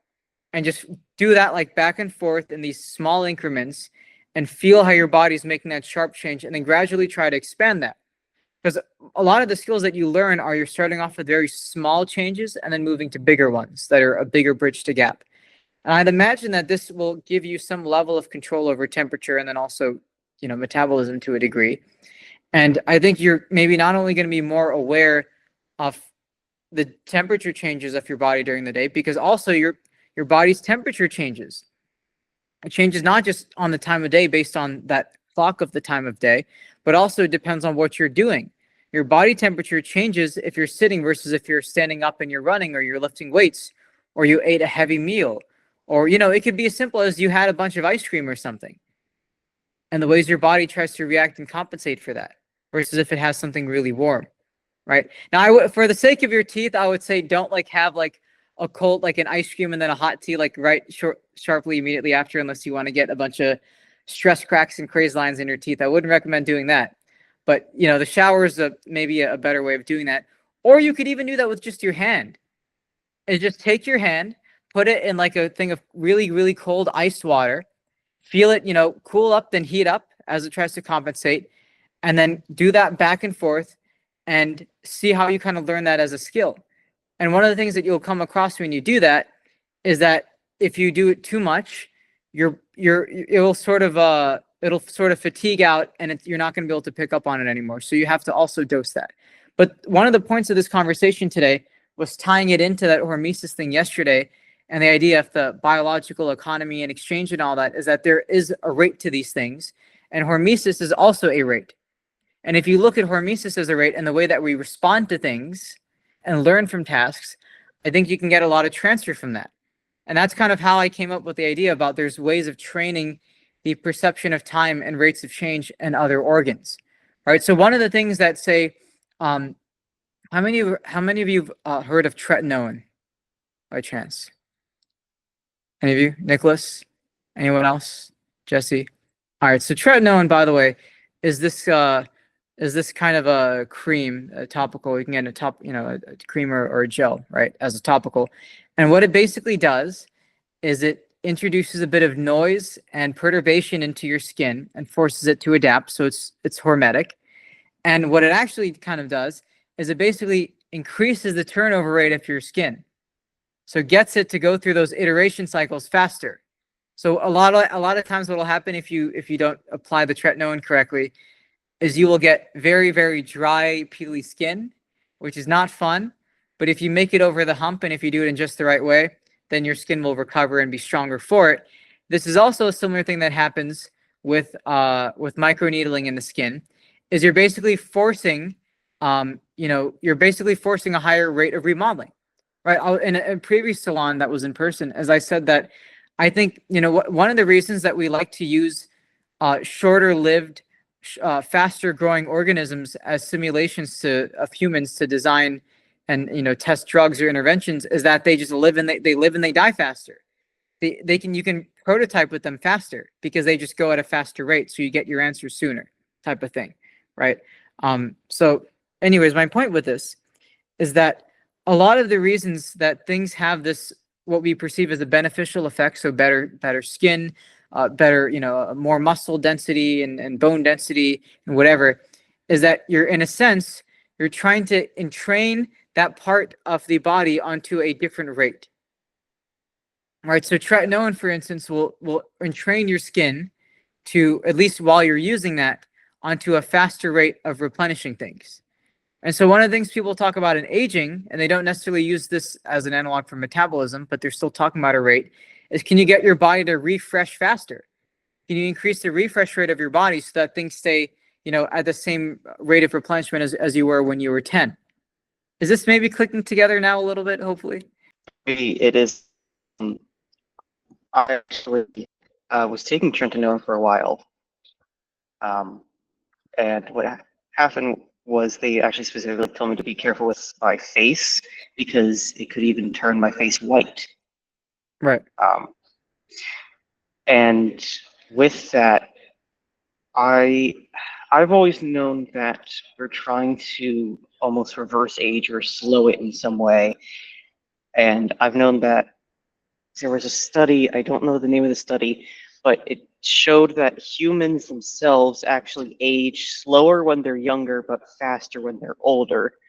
Right. So when looking at that, it almost seems like our refresh rate is actually slower when we're younger, rather than when we slow Right. down a refresh rate.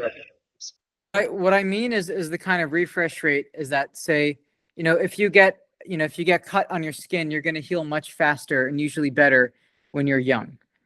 It's your rate of recovery.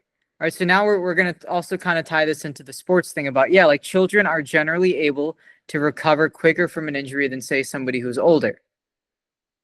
Right. And so I think that if we take these concepts, so this hormesis thing, this idea of coordination and perception of time and change, and if we kind of look at all of this under one hood, I think we have a potentially more general and powerful framework to understand how we can make changes, at the very least in the body. We can talk about the refresh rate of economies and languages and cultures in a whole nother topic. Today, maybe we'll stick a little bit more towards minds and bodies. But I do think that there are benefits. You don't always want the thing, though, refreshing faster, because there's a cost to that. You're also just using more material if you're always refreshing it when you don't need to, right? And that's also why your metabolic rate changes when you're sleeping, right? It's a very similar thing. You don't always want the thing to be going fast or slow. You want it sort of be able to control that. And the other thing I could tie this into as well is, do you feel that, say, with exercise, right? Is, before I kind of give this specific answer I'm thinking of, is I kind of wanted to know what you guys think, is like, in what ways does, say, exercise introduce, a change in refresh rate of the body? So with exercise, your body is killing off the cells and reproducing them at a bit of a faster rate. So it strengthens them, right?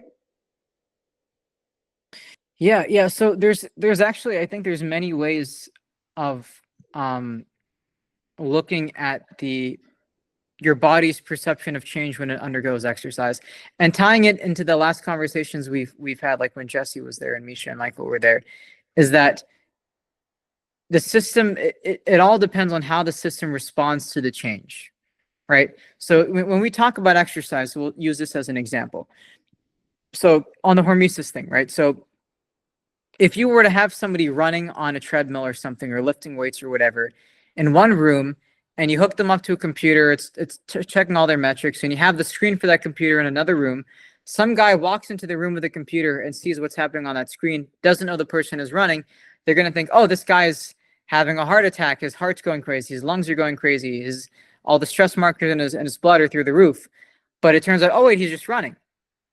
But it turns out if you take that stressor, something that would normally, kill you or hurt you, and you dose that, through a rhythm, through a pulse, through a cycle, right? Which is the whole thing about time and the way we measure time, is that the organism, the system, will kind of acclimate and adapt to that, right? And there is a thing like overtraining and undertraining. And a lot of times you're going for that sweet spot because, when let's just say you can't lift 100 pounds, right? If you can't lift 100 pounds either, if you try to lift it, you can't lift it or you'll get hurt or whatever. And so what do? You chunk that up, you break it into slices in time. You can't train it all at once. You do it in time. All right. So, all right, Monday, Wednesday, and Friday, I'm going to work on this and just dose it in these cycles. Right. So, stress, recover, whatever, basic athletic, sports training.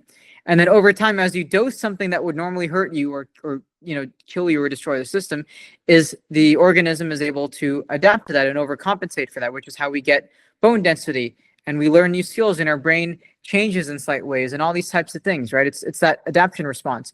And so what I'm saying is that part of our perception of time is actually kind of an adaptation response. And that's why there is some variability, right?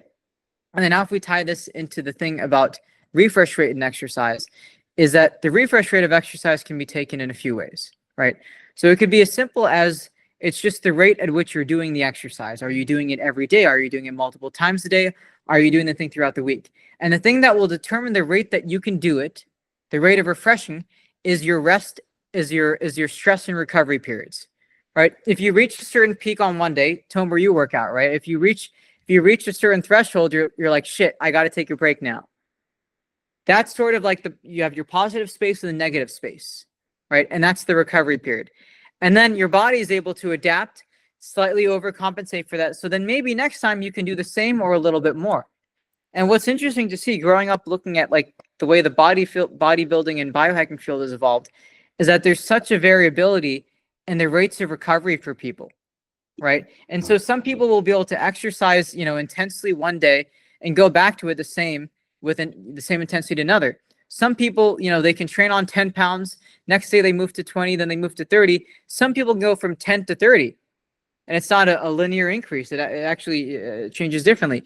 So I think all of these things are inherent properties of, complex dynamical systems. And with that kind of understanding, if I've hopefully communicated a broader idea of this, is I think this gives us the ability to modify our bodies and our minds in ways that we didn't know were really something that we could do in the past.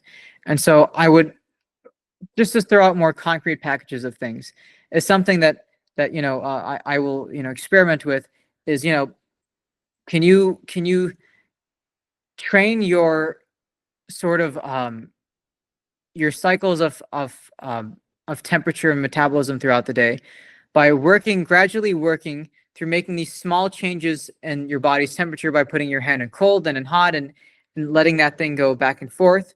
and then gradually moving on to bigger things. Maybe, you put it in cold, then you take it out, you wait, and then you go back and do it again so that you're increasing the difference. It's sort of like, all right, Nicholas, do you remember when I was saying earlier about time and seconds, about how, it's easy to guess 1 minute, and then to hold that and try to guess, say, 5 minutes is a little bit harder with that level of precision. All right, so I could put my hand in one cold thing right now, take it out, it's going to be easy to feel that change. But now maybe I put it into cold, and then I leave it there for a while, and then I take it out, and the response is slightly different. And you keep training this kind of back and forth, right? So that you're changing the rate of these things. And my point is that I think you can look at the perception of time as it relates to aging and cognitive function and all that, is it's basically the way whatever system it is that you're trying to modify is telling time. It's being able to perceive change, right? So I think I have so many things that I want to say that I can't get it all out in one sentence, and so it starts to sound like gibberish. But any questions, because that'll help me constrain myself. Any questions or comments off of that rambling? I just, through most of that, I thought of operant conditioning. Yeah. For a lot of these things. And I know that I saw a title on this somewhere where it was people sticking their hands in cold water and hot water and seeing like what differences there were.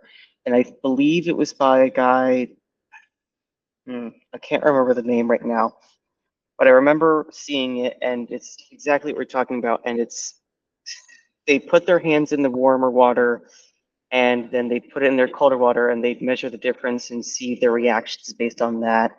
And some of them actually got more pleasure after putting it in the warmer water and then into the colder, because it would numb it. And some got made it worse for them because it would be such a drastic change. Yeah. I mean, that's sort of slightly to the side of the thing that I was bringing up, but it is still related. And it's also like sort of the cycles at which that we feel energetic or sleepy. Like when you want to go to sleep, you don't want to feel energetic. In fact, this is a big problem a lot of us have these days, is that there is a sense that our internal clock will still have this perception while it's nighttime, because of our exposure to light, or if we had caffeine or whatever, is okay, this is still kind of the daytime. Right? Is that parallel maybe sticking a little bit there with the perception of time and sleep issues maybe? Is the sort of changes in metabolic rates depending on if you do short pulses of intense exercise versus, say, like marathon running. Tomer, have you looked into this stuff, by the way? Because I know you're kind of into running at least a little bit. Yeah. Keep on going though. I'm curious to hear your thoughts. Yeah. So if I recall correctly, your metabolic, if you do a lot of longer paced exercises that stretch out over a period of time, things that are more focused on duration, is your metabolic rate can sort of, to acclimate to that, is it'll slow down. And then if you're doing very intense short bursts of extreme exercises like HIIT or whatever, is you can have an increase in metabolism, at least during those responses, right? And so I would also be willing to bet that if you trained on, the way that you have to train these things, because it's very kind of difficult for most of us to kind of immediately grab onto the feeling of it, is that you have to do these things in very, very short bursts anyways, right? Like if you run a marathon for the first time, you're not going to be able to tell if your metabolism is slower, just right off the bat. So it would actually be easier to see if you can tell a difference in the rate of metabolism from faster exercise, which also goes into the point about how faster organisms and simulations, the reason we like using them is because they live and they die faster. We can get conclusions and results way quicker, right? We want quicker tests rather than slower tests. Anyway, so I think that with stuff like that, is if you think about the way even our minds will perceive time, right? Like what happens when things stretch out in your mind, like the perception, like things are going to feel slower. They feel slower, versus if there's very sort of immediate moments and things, they'll feel a little faster because that's how your body's kind of responding to that. But interestingly, I think you can train the inverses of those, right? So I think you can gain to have the control and experience a long period of time slower or faster, or vice versa for a faster moment. And I think what exercise does is there's many ways that it acts on some type of internal, sort of this overarching internal clock of the body. All right, so you know how we talk about general intelligence in the brain? Right, like general intelligence in the brain. I think there's an general intelligence, a general clock in the body, right? And I think things like exercise, like if you're running, is there's a slight entrainment to like the rate that you're running. All right, so Tomer, one of the things I want to ask you is like when you're listening to music, right? Is how often does your rate of running sync up with the music? Yeah, exactly. Yeah, and one time what I did for a half marathon is I created a playlist that based on where you were in the race, it was like 80 beats per minute, 90 beats, Nice. 100, 120 beats per minute. That's the performance enhancing thing. Yeah, to do exactly that. That's hilarious. But yeah, and to your point, like as you run, this is nothing, I'm sure everyone knows, but your heart rate comes down, so you become more efficient. Yep. So every time your heart Correct. pumps, Yeah. you're just more efficient. So Right. your body has changed. One point that I did want to mention that's in line with this is the concept and difference, and I think maybe we've talked about this, Adi, between homeostasis and allostasis, where Right. homeostasis is the regulation to a normal state, and then allostasis is your ability to change and adapt to stress. So it's almost that first derivative. And there are such things as see, Nick, best of luck at the award ceremony. And there are such things as good stress too. So you want to stress your system, Right. and these concepts are called eustress. Correct. EU stress. Correct. EU stress, exactly, where stress is good, beneficial, and healthy. But then, of course, if stress becomes too much, then it becomes distress, right? And that's Right. the colloquial concept we know, like, oh, I'm distressed. But eustress is very good, and you want to optimize that eustress, whether it's running, working out, putting yourself in challenging situations, continuing to grow at work, whatever it is. Stress is, in an appropriate amount is actually going to be healthy for you. Yeah. Yeah. One of the things we were talking with the other day, one of the other salons, is that how you want to have a sort of almost, you don't want to have no stress. You want to have a shared amount of stress between different systems that holds each system kind of accountable, right? Like if your liver or your heart or whatever isn't stimulated and stressed enough through even just daily activities, well, we kind of see a sort of simulation of that in people that are like couch potatoes. Like, oh, you're resting. That should be a good thing, right? No, that's actually not a good thing for a dynamical system. You don't want to just be sitting, right? And also you can go on the extreme end, which you'll see with some bodybuilders and athletes. And it's curious because I think that, the big thing with this hormesis and eustress thing, right, is that the stress is observer dependent, right? The stress is basically, it's kind of a result of the perception of the observer, right? Because one thing will be a stress to one observer and one thing will be a stress to another, right? Like you can think about it with just learned skills. Like if I only know English, and someone starts talking to me in Mandarin, that's a stress. That's friction. That's some level of it's kind of noise and something for me that's an obstacle, right? And then let's say somebody else is Mandarin, they know how to speak Mandarin, they don't know English, and I start talking to them in English, they're going to have the same thing, right? So I'm using that kind of extreme example there of opposites to kind of display that, like, this, if you take the idea of stress and information and things that, those things that are kind of observer dependent, how can we understand why certain diseases and things happen in the body, and how can we control that? And also a thing is that should we control these things in the first place, right? So there's another thing about, if you think about the cycles of, there's a cycle of life. There's a refresh rate to life, right? You could say, if you look at, if you look at organisms as sort of the way the environment has tried to solve certain problems in different niches and whatever, is that, you want a kind of refresh rate there. so it can adapt to change, right? And if you take shorter living organisms, they have a higher refresh rate. Internally in their bodies, they have they have a higher metabolism and stuff. But if they live and they die quicker, right? Those selections are able to act at a much more granular level. And so I think for an ecosystem, there's a reason that we see this sort of hierarchy and relationship between organisms that are slower and larger and faster and smaller, right? If you had too many really large organisms with fast metabolisms, I think the ecosystem would collapse because they'd take up way too much from the environment than they could put back in at a given rate. Does that make sense? And that's that same kind of sweet spot curve thing, hormesis eustress thing, about the way we dose things like exercises and learning skills. Like, people talk about spaced repetition for learning. Like it is generally harder for a lot of people to just clump learning everything they need to in one session. Right? And there's ways you can train this, but you will have to train it through spaced repetition. So these overarching patterns of spaced repetition and rhythm and the perception of change in time seems to be a very fundamental aspect of a system, of a complex system. So I'm wondering, Tomer, on the philosophical end, if you have any other connections to make with that idea.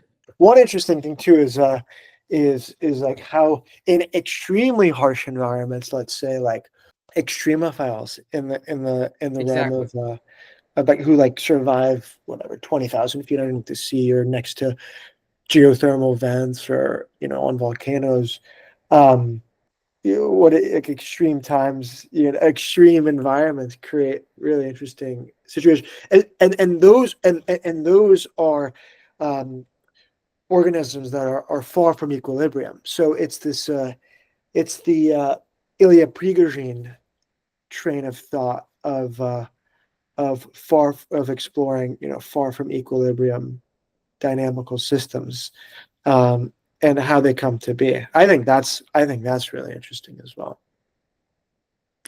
Yeah, and I guess like when you have to say that you have a steady rate is to say that there's some form of an invariance, right? Because it's like if you have a ruler, right? So just yesterday I gave the example of that, I think I said something along the lines of like, it's only inches if you measure in inches, right? Like if I'm measuring in inches, I'm going to get inches from it, right? But that's dependent on the observer, on the ruler, on that metric. But now if you think about this and the way that we measure things, we always try to establish equal, lines on a ruler. You want each distance to be identical, right? Like if I have one line, on a ruler that's 1 inch, and then as I move to the second line, all of a sudden it's like way off. And like let's just say you have a ruler and all the lines are not evenly divided. It's going to be much harder to measure things, right? Sort of when we talk about a rate, we're usually saying there are these even divides between those things, those spaces, those rates, right? And what is interesting is how much of the way we think about time and change is on an evenly divided ruler. But what would it be like if it wasn't evenly divided and it was kind of more chaotic and all the lines weren't evenly separated? I think that is kind of what happens when you stress the system and you introduce that noise or whatever, the perturbation. I think that's what things like psychedelics. It's introducing introducing chaos and lower fidelity. Going back to time, I don't think maybe this was discussed too, but the idea of there's two things. The idea of like Kairos and Chronos. So there's also the ancient Greek distinction between two different types of time, one of which is qualitative in nature and then one of which is quantitative. And in the modern Aristotelian scientific empirical enterprise, a lot of science is quantitative, but there's this idea of qualia, which is explored via qualia research and things like that. So the Greeks had the distinction between time and then this is also another idea here, but cyclical versus linear time too. Right. So we're talking that, you were mentioning about the atomic units on the Clocks. ruler. Yeah. But what happens if the ruler is circular, and so you Exactly. there's a cycle, right? And so you end up in the first place, but a full cycle has passed. So it's same, but it's also different. It's same but new. So yeah, Same, oftentimes different. we often assume that time is linearly going straight, but is there a concept of cyclical time? And then you can go even further if you're interested in cosmology, and then explore Roger Penrose's work on cyclical, what is it, Right. conformal cyclical cosmology, Yeah. which assumes that actually, the okay, this isn't cosmology lands. I don't know how we got here from time, but maybe it makes sense. Maybe it does. But he was taking a look at the Big Bang, and he said, actually, the end of the universe looks very similar to the beginning, right? And so Right. the universe, there's not one Big Bang, but the universe has been perpetually banging over time. So it goes back There's to a joke somewhere in there. of heart rate too. Like the universe is just a perpetually, the heart rate in the universe, the Big Bangs. Yeah, but Time yeah, feels extra short. Time feels extra short when you're banging, right? So one of the things I always try to relate sort of different sensory modalities and paradigms, right? Visual representations of sound representations of smell, all these different things, try to, combine them.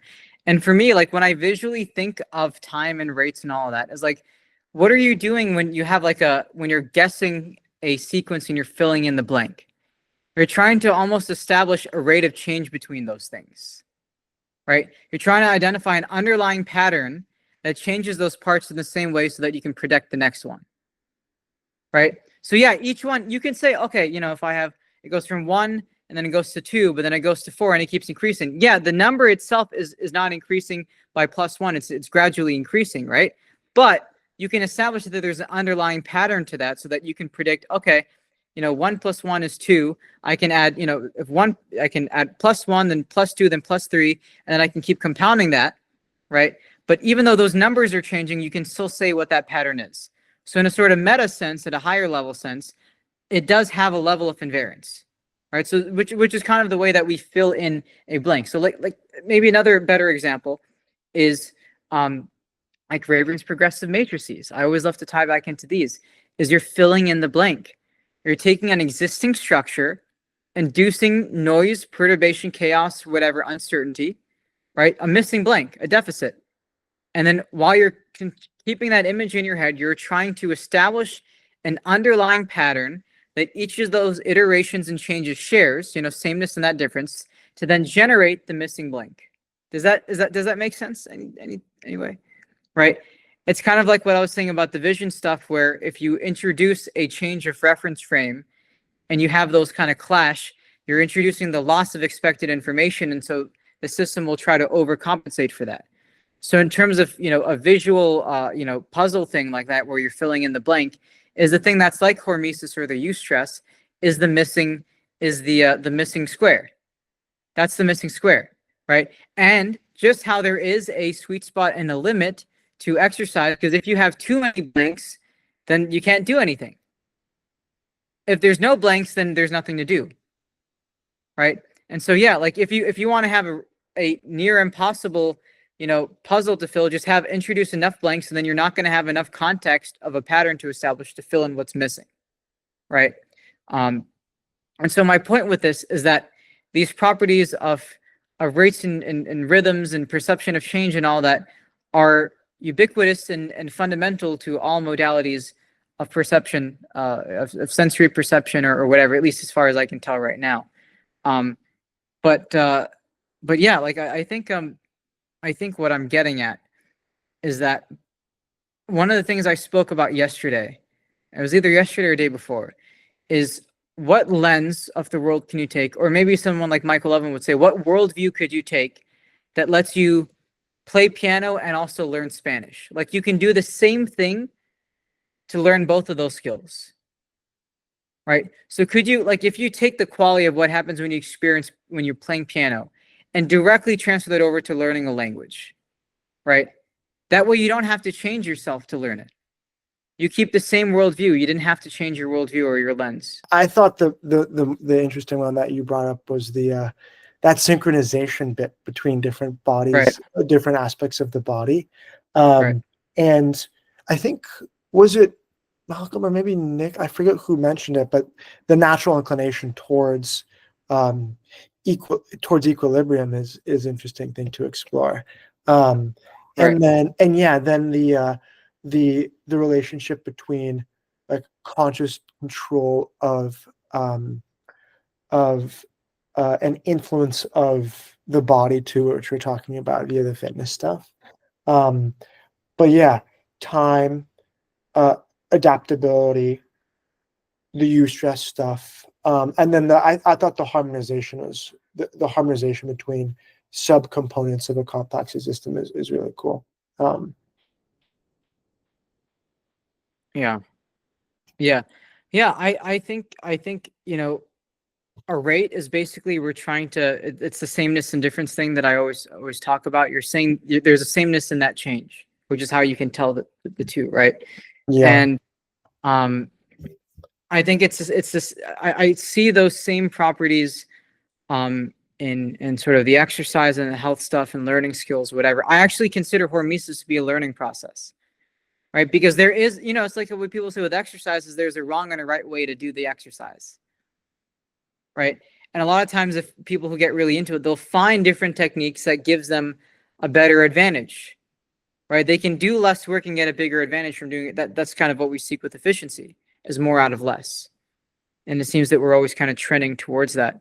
But the thing that I really did want to tie this into, right, is can you have a specific lens of experiencing the world that lets you do multiple things equally well, right? So you can be great at piano, and there's some way that you're learning the piano that also makes you really good at learning Spanish or riding a bike, right?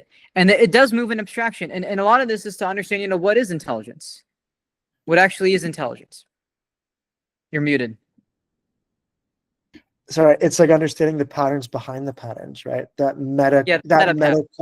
metacognition of, and oftentimes maybe it's the metacognition of the learning process itself, which is what you alluded to earlier. It's like, how can I optimize learning? And by optimize learning, or adaptability or whatever it is, right? Learning or adaptability, in any environment that I'm in, I can be the best version of myself. But yeah, I think it's that understanding of that meta pattern and the awareness associated with that. Yeah, and maybe another analogy I can maybe use for this is, so if you think of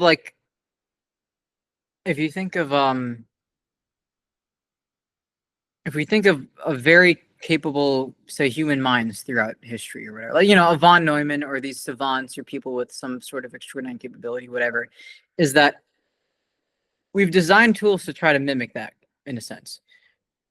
You know, I made a point that, you know, if you think about it like this, if you brought a group of people, you know, from a long time in human history, before we had written language and everyone had to memorize things. And also, by the way, for arts, for visual arts, for drawing and painting, right? Because basically at one point, humans were cameras, right? And, you know, we'd have to be able to capture quick glimpses of things and be able to faithfully represent it on a paper canvas or whatever. And, you know, if you brought people with those types of memory skills over, you know, to the world today, we would be like, oh, wow, this is like a savant. This is a genius. Like, how are they able to remember all this type of stuff? Like, it's crazy, right? And the thing that I find interesting is that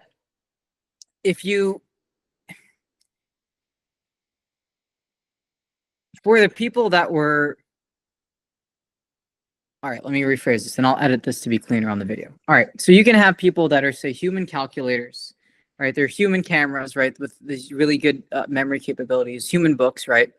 You know, let's just use those two people as example. Those types of people as example. You bring them over into the modern world, and you're going to have this sort of perception of being like a genius. Like, wow, how are you able to calculate all of that? You know, how are you able to memorize all of that? Whatever. Like, that's going to be some people would consider that to be like superhuman today. Like, wow, you can just glance at that thing and just draw it. You know, I know Misha has a very good memory. People think very highly of him for that, right? And the thing is that we've made a lot of our tools to mimic those things. So now we have cameras, right? We have books and written language and all these types of things. And, you know, to get around in the world, at one point we'd have to rely on just kind of our perception and sense of the world. Then we had maps, and then now we have GPS, and our skill for those things starts to atrophy as we gain dependence on that system, right? And so I think a funny perspective to take, you know how like when you say when you're drawing or something, right? They'll say, draw what you see, not what you think. Right? You're trying to focus on something that's kind of more primitive or pre-processed, right? Before the abstraction and selection thing has been laid over that, right? So what'll happen is somebody will draw the face. If the picture is flipped upside down, they flip it back up after they've drawn it, and usually it's a better representation, right? And, you know, when people learn a skill, they usually get very good at seeing it in the way that they want to see it and not how they saw it originally from that distance from when they didn't know the skill to when they learned the skill. So what I'm trying to say is that when people learn things, is that usually what happens is you don't also maintain your original reference of what it felt like to not have the skill. As in, you can't tap back into that. And I think very sort of creative people that are good at seeing things differently are able to maintain their original reference frame, and then after they've learned the skill. So like another example that I'll give is with like writing an email, is I'll say, you know, if I spend a long time writing an email or something, is I'll notice my mind is kind of, it's seeing what it wants to see, right, with that email. And then if I go and I look at it, you know, 2 hours later, I'm like, oh, wait, I really got to change that. That doesn't make sense, because I was kind of overfitting onto that. Another example maybe that Malcolm or Misha will kind of get to that I've brought up before is like let's say you're making music on the computer or something in a DAW. You're making a beat, right? I'm making it right now. I'm really, really into it, and it sounds really good. And then a lot of times you come back the next day and you're like, oh, this beat is horrible. This is trash. This doesn't sound good at all. Because when you were making it, you were hearing what you want. You were hearing what you were trying to hear, right? And so part of the creative process and take under a new light and perspective is you're trying to maintain and be able to switch between those perspectives of when you first look at the thing when it's new, and then after you've trained on it. And by being able to revert back to the previous state, you can reinterpret that and look at it in a different way. That's also like the Necker cube illusion, which is the logo of Ekkolápto, is that there's a level of ambiguity to that. And there's enough ambiguity where you can choose which view of that cube you want to take. Do you know what I'm talking about, Tomer? That's the one where like from one side, that's the one on the Gödel Bach front. Yeah, that's the logo of Ekkolápto. Yeah. Yeah. Okay. Oh yeah. Okay. Yeah, it's the cube. Yeah. Of course. Yeah. So, you know, depending on how you look at it, it looks like it's facing this way or the other way or whatever.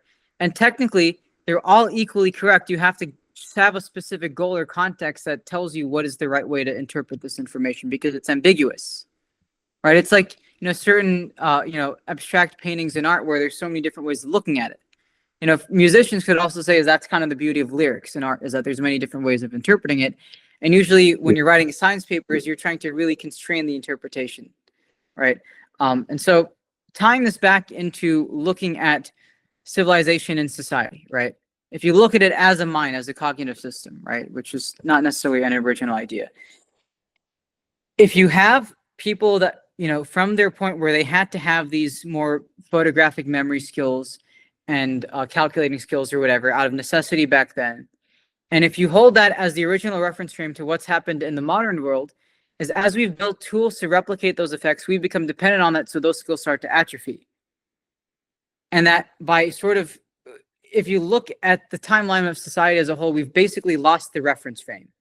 So you know how I was saying that when you learn a skill, you're writing an email, making a beat, whatever, and you get really into that one specific thing and you forget how it was when you first looked at it, and you're not able to tap back into that, and you're stuck in that little. Oh yeah, that's a really interesting point, because how often like that first initial perception, and then you're in the environment, and then you lose it. Like for example, when you're in a new environment and things, you know, you get used to things. I'll give you a tangible example. Like up in my room, I bought some art from the local art fair, and then over time, kind of like the paintings, they shifted out of their frame a little bit, but then I didn't notice them. And then when you have a friend Right. come over, they'll point out, be like, oh, like they're out of your frame. You're like, I didn't even notice. So it's like, yeah, it's interesting to be perceptive about Right. about what seeps in and what's not. And you want things that are, you want that unconscious seeping in to be, to be, high fidelity and be accurate and reflect what you want. So, Right. Well, in a sense, sameness is imperceptible. You have to have difference to be able to tell that there's anything. If there's no change, then what do you see? right. So, Yeah. Yeah. Yeah. So the sameness and difference I find really interesting. Yeah. I think there's something very fascinating there to be. I don't know how it relates to time, but Well, isn't that kind of what we're doing But when you- we measure time, right? Is we're establishing a sameness of change in the rate, right? Like Oh. if each increment on the clock is a completely different distance from each other, then our sense of time is completely off. Yeah. So I just pulled it up on Google. So Aristotle's definition of time, which is a number of change in respect of before and after, which is kind of Right. a thing. But yeah, I remember in physics class in high school, there was that concept of like, how does one keep track of time? And there was a concept of a photon clock, of you send a photon out and the amount Right. of time it takes for a photon to move is a unit of time. But yeah, I do think. Yeah, now I'm trying to just think about how would that relate to the subjective experience of time that we were exploring too. But Right. But yeah, The subjectivity comes from the limitations of it. and I think the Right? subjectivity Subjectivity comes is from saying like that you're the limited. limitation and the observer, like the subject object type relationship Right. too. Yeah. Right. In a sense, subjectivity is basically saying it's a limited form of the objective. Is you're Mm. not experiencing the whole thing. There's a limitation. So it's subjective in that it's like the blind man and the elephant thing, where they're all going around with their hand on the elephant saying, oh, this is this, this is this, this is this. But it's only until they connect the whole thing in a network of understanding that they're like, oh, this is actually, we're talking about the same thing. Right. I actually believe that, that's also kind of what we do when we try to find a theory of everything in any field.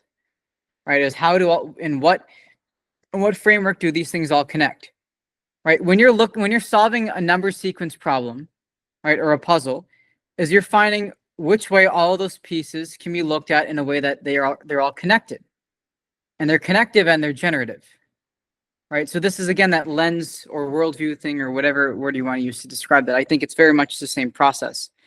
And I have because of the way, like when I think of ideas a lot of the time, like I think of them in terms of these weird abstracted like ideas, like this idea right now about time is like this weird like blobby moving visual in my head, or I'll have like weird like fuzzy like not industrial but like just sound, like just weird kind of random sounds will mean some specific thing. And that's like, when I think of things, I'll sometimes think of it entirely like that. And so I struggle to make the translation over sometimes. Go ahead. Yeah. It just reminds me of synesthesia. We've talked about this too. Where, Yes. Yes. Yeah. Yeah, all these cool things where what was it, the people who invented the hexane ring or something, they dreamed of the Ouroboros, the snake eating its own tail. Right, yeah. Wait, who was this specifically? Come again? Who was it? It was a scientist. They dreamed about an Ouroboros ring, a snake eating its own tail, and then they like had an epiphany for, what was it? Let me see if I can. That was like after like alchemy stuff. Yeah. Oh yeah. It's a modern scientist. Oh, okay. Oh, benzene. Benzene. So yeah, this dude Frederick Yeah, benzene. Boole was a German chemist who discovered the structure of benzene, also known. Oh yeah, that's right. Also known as the hexane ring, with the help of a vision of an Ouroboros. Yeah, like Do you remember? Do you interpret dreams? Yeah, I've spoken about this on a couple of videos about the way that I kind of experience dreams and sleep is that I don't have a sharp transition from wakefulness to sleep and then back into wakefulness. Like it's sort of like you know when you feel like you're losing focus on something, you're getting distracted, like your just state of mind is changing, like that's what it feels like. It doesn't feel like a sharp change, right? And like it feels like there's still sort of 1 foot in the waking world, 1 foot in the sleeping world, in a sense. And so, like, yeah, I can lucid dream, I can do whatever, I can kind of have fun with that. But what is interesting is seeing that transition into the paralysis thing when you're sleeping and all that type of stuff and what happens because you're kind of aware of that. And one of the things that happened when I was younger too is that like I remember having a hard time, like, wait, am I dreaming? Am I awake? Like, because it was all kind of just a blur. Like there wasn't a sharp distinction between them. And so I had to, again, like, as I explain more of this on these videos and things, it really does start to make sense why I got into these things. It really does kind of make sense. About, sort of the cognitive science, neuroscience, philosophy, what's existence, all that type of stuff. I guess it does kind of make sense. And that's also kind of like, a lot of the reasons people get into medicine or longevity is because they have a health issue or something happened to someone they care about. It's hormesis. It's the same thing. It's the stress response. It's the same thing, right? Economies get stronger from how they respond to a stress, right? Your body gets stronger depending on how it learns and responds to the stress, the thing that was hurting or breaking it, right? Like, yeah, you make a mistake in something, and if you learn that and you store that, you're going to know not to make that for next time. And so now you've grown and you've adapted. Yeah. I think these are all the same underlying process, and we just have different words of describing it. At least that's my perspective. But going back to the time thing, right, is that part of a sense of time is that you're trying to establish a sense of sameness amongst those differences. All right, so even if your time perceptions are changing, can you have a sort of way of experiencing some higher level of time that lets you be aware of those under the same thing? So it's sort of like when you have, polyrhythms, polytempo, whatever, and you can have different slices and cycles of those slices, but then you can have one main tempo, right? And it's kind of the example I was giving earlier about like with if you have one song in your left ear that's slower, one in the right that's faster, and how you normalize between those to make sense of it, right? Because if you have a middle, right, then you can also tell the right from the left. So visually, an example would be like a middle ground between white and black in the extremes is gray. If you have a worldview of gray, you can also make slight changes over to black and to white to understand that. Which is almost a fancy way of saying you're taking like a middle ground to things. You're kind of like in a prejudging state before making the main judgment or distinction. Malcolm, in your case, has there been anything from this conversation that's kind of like sat with you, that's got you thinking about something? Yeah, a good amount of things. I guess the synchronicity thing, my mind keeps going back to that. Like, I don't know, there's something there to unpack, or like maybe if people became more aware of it in like in a given situation, they'd be able to, like, I don't know, be more effective at whatever they're doing.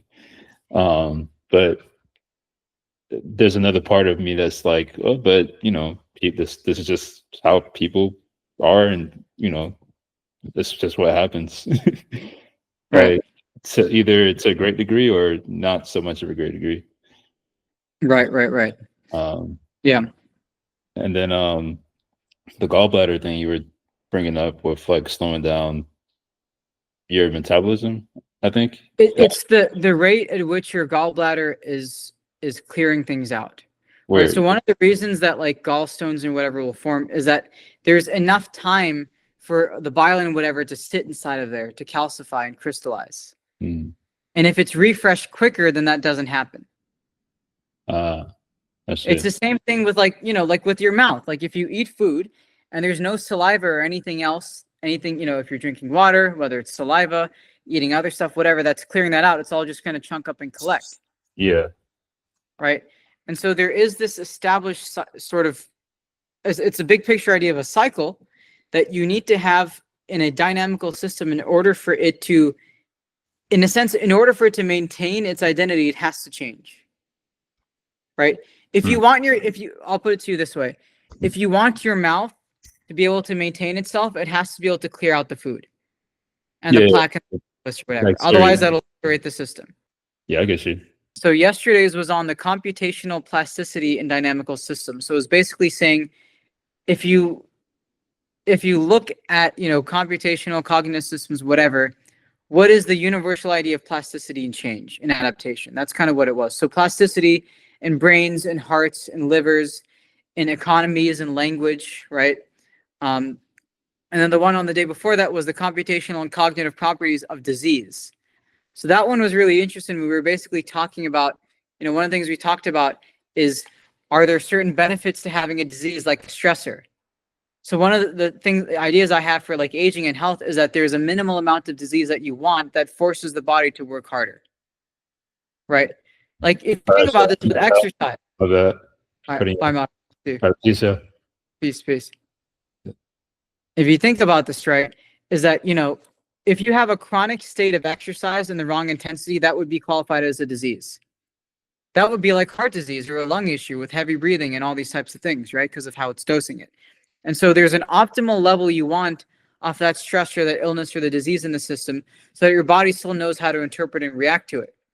Yeah. Right? Like think about it for a moment with allergies, right? Like someone could be allergic to nuts. They touch that thing and they're dead. Or they smell like that and they have a reaction, or if they eat it, they go into anaphylaxis and they die.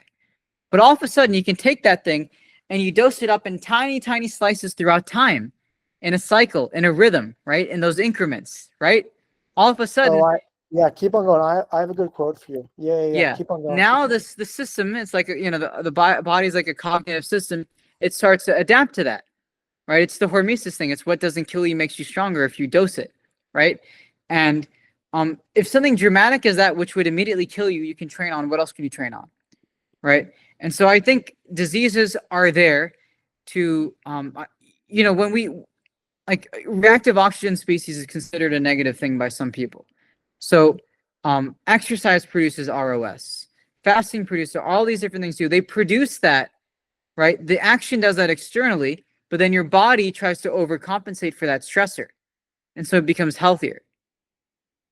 And I also brought up the perspective that, are there things that seem like they're, a benefit in the short term that are bad in the long term, but things that are bad in the short term but seem like a good thing in the long term, right? So it's like, I can have donuts right now. And, it's good in the short term. I feel really good and happy. But if I keep doing that in a rhythm, in a pulse, right, those increments of time, it's the whole dosing thing, right? Then that's bad for me, right? But then also, if I only do it once or twice, then it doesn't cause much of an issue, right? And likewise with the whole exercise thing is that you want to dose it.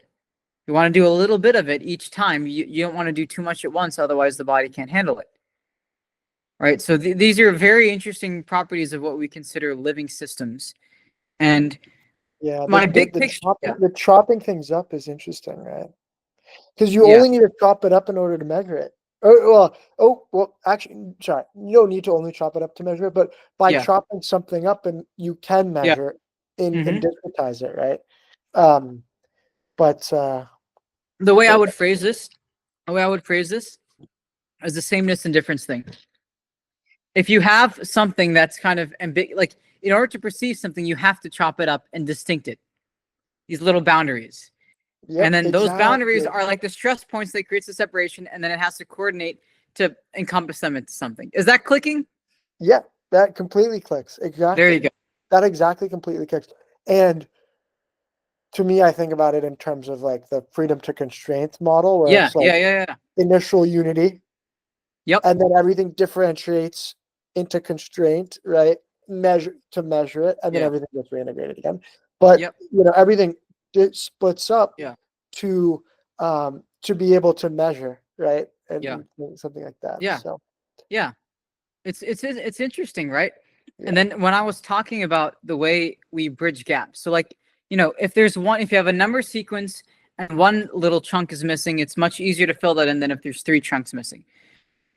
Because there's that much more ambiguity and missing information that you have to fill it. Right. Mhm. And I wrote, when I was a kid, I wrote this thing on the limits of intelligence. And this very simple analogy I gave is that if you have, 1 plus X equals Y, how do you actually know what it could be anything. It could be 2 and 3. It could Unless you have be another 4 and 5. It could be anything. Unless you have another formula, Exactly. right? If it's yeah. just that in isolation, that you could literally have anything there. Right. And that's the limitation of intelligence or agency or whatever. And that's why there are things that break and there's things that don't break. Mm. Is there's that critical threshold point where if it can't handle that loss of information, then it breaks. Mm. Because when we talk about death or breaking, it's a loss of coherence and information. Yep, exactly. Right? Exactly. Yeah. Exactly. And exactly. there's a reason when you pass away or die is that you're, in a sense, your informational constituents or whatever go back into the environment. Yep. You become the environment. Yeah.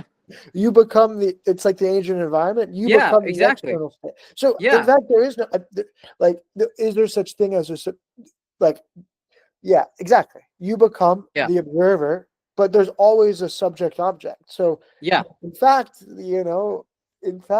one really die?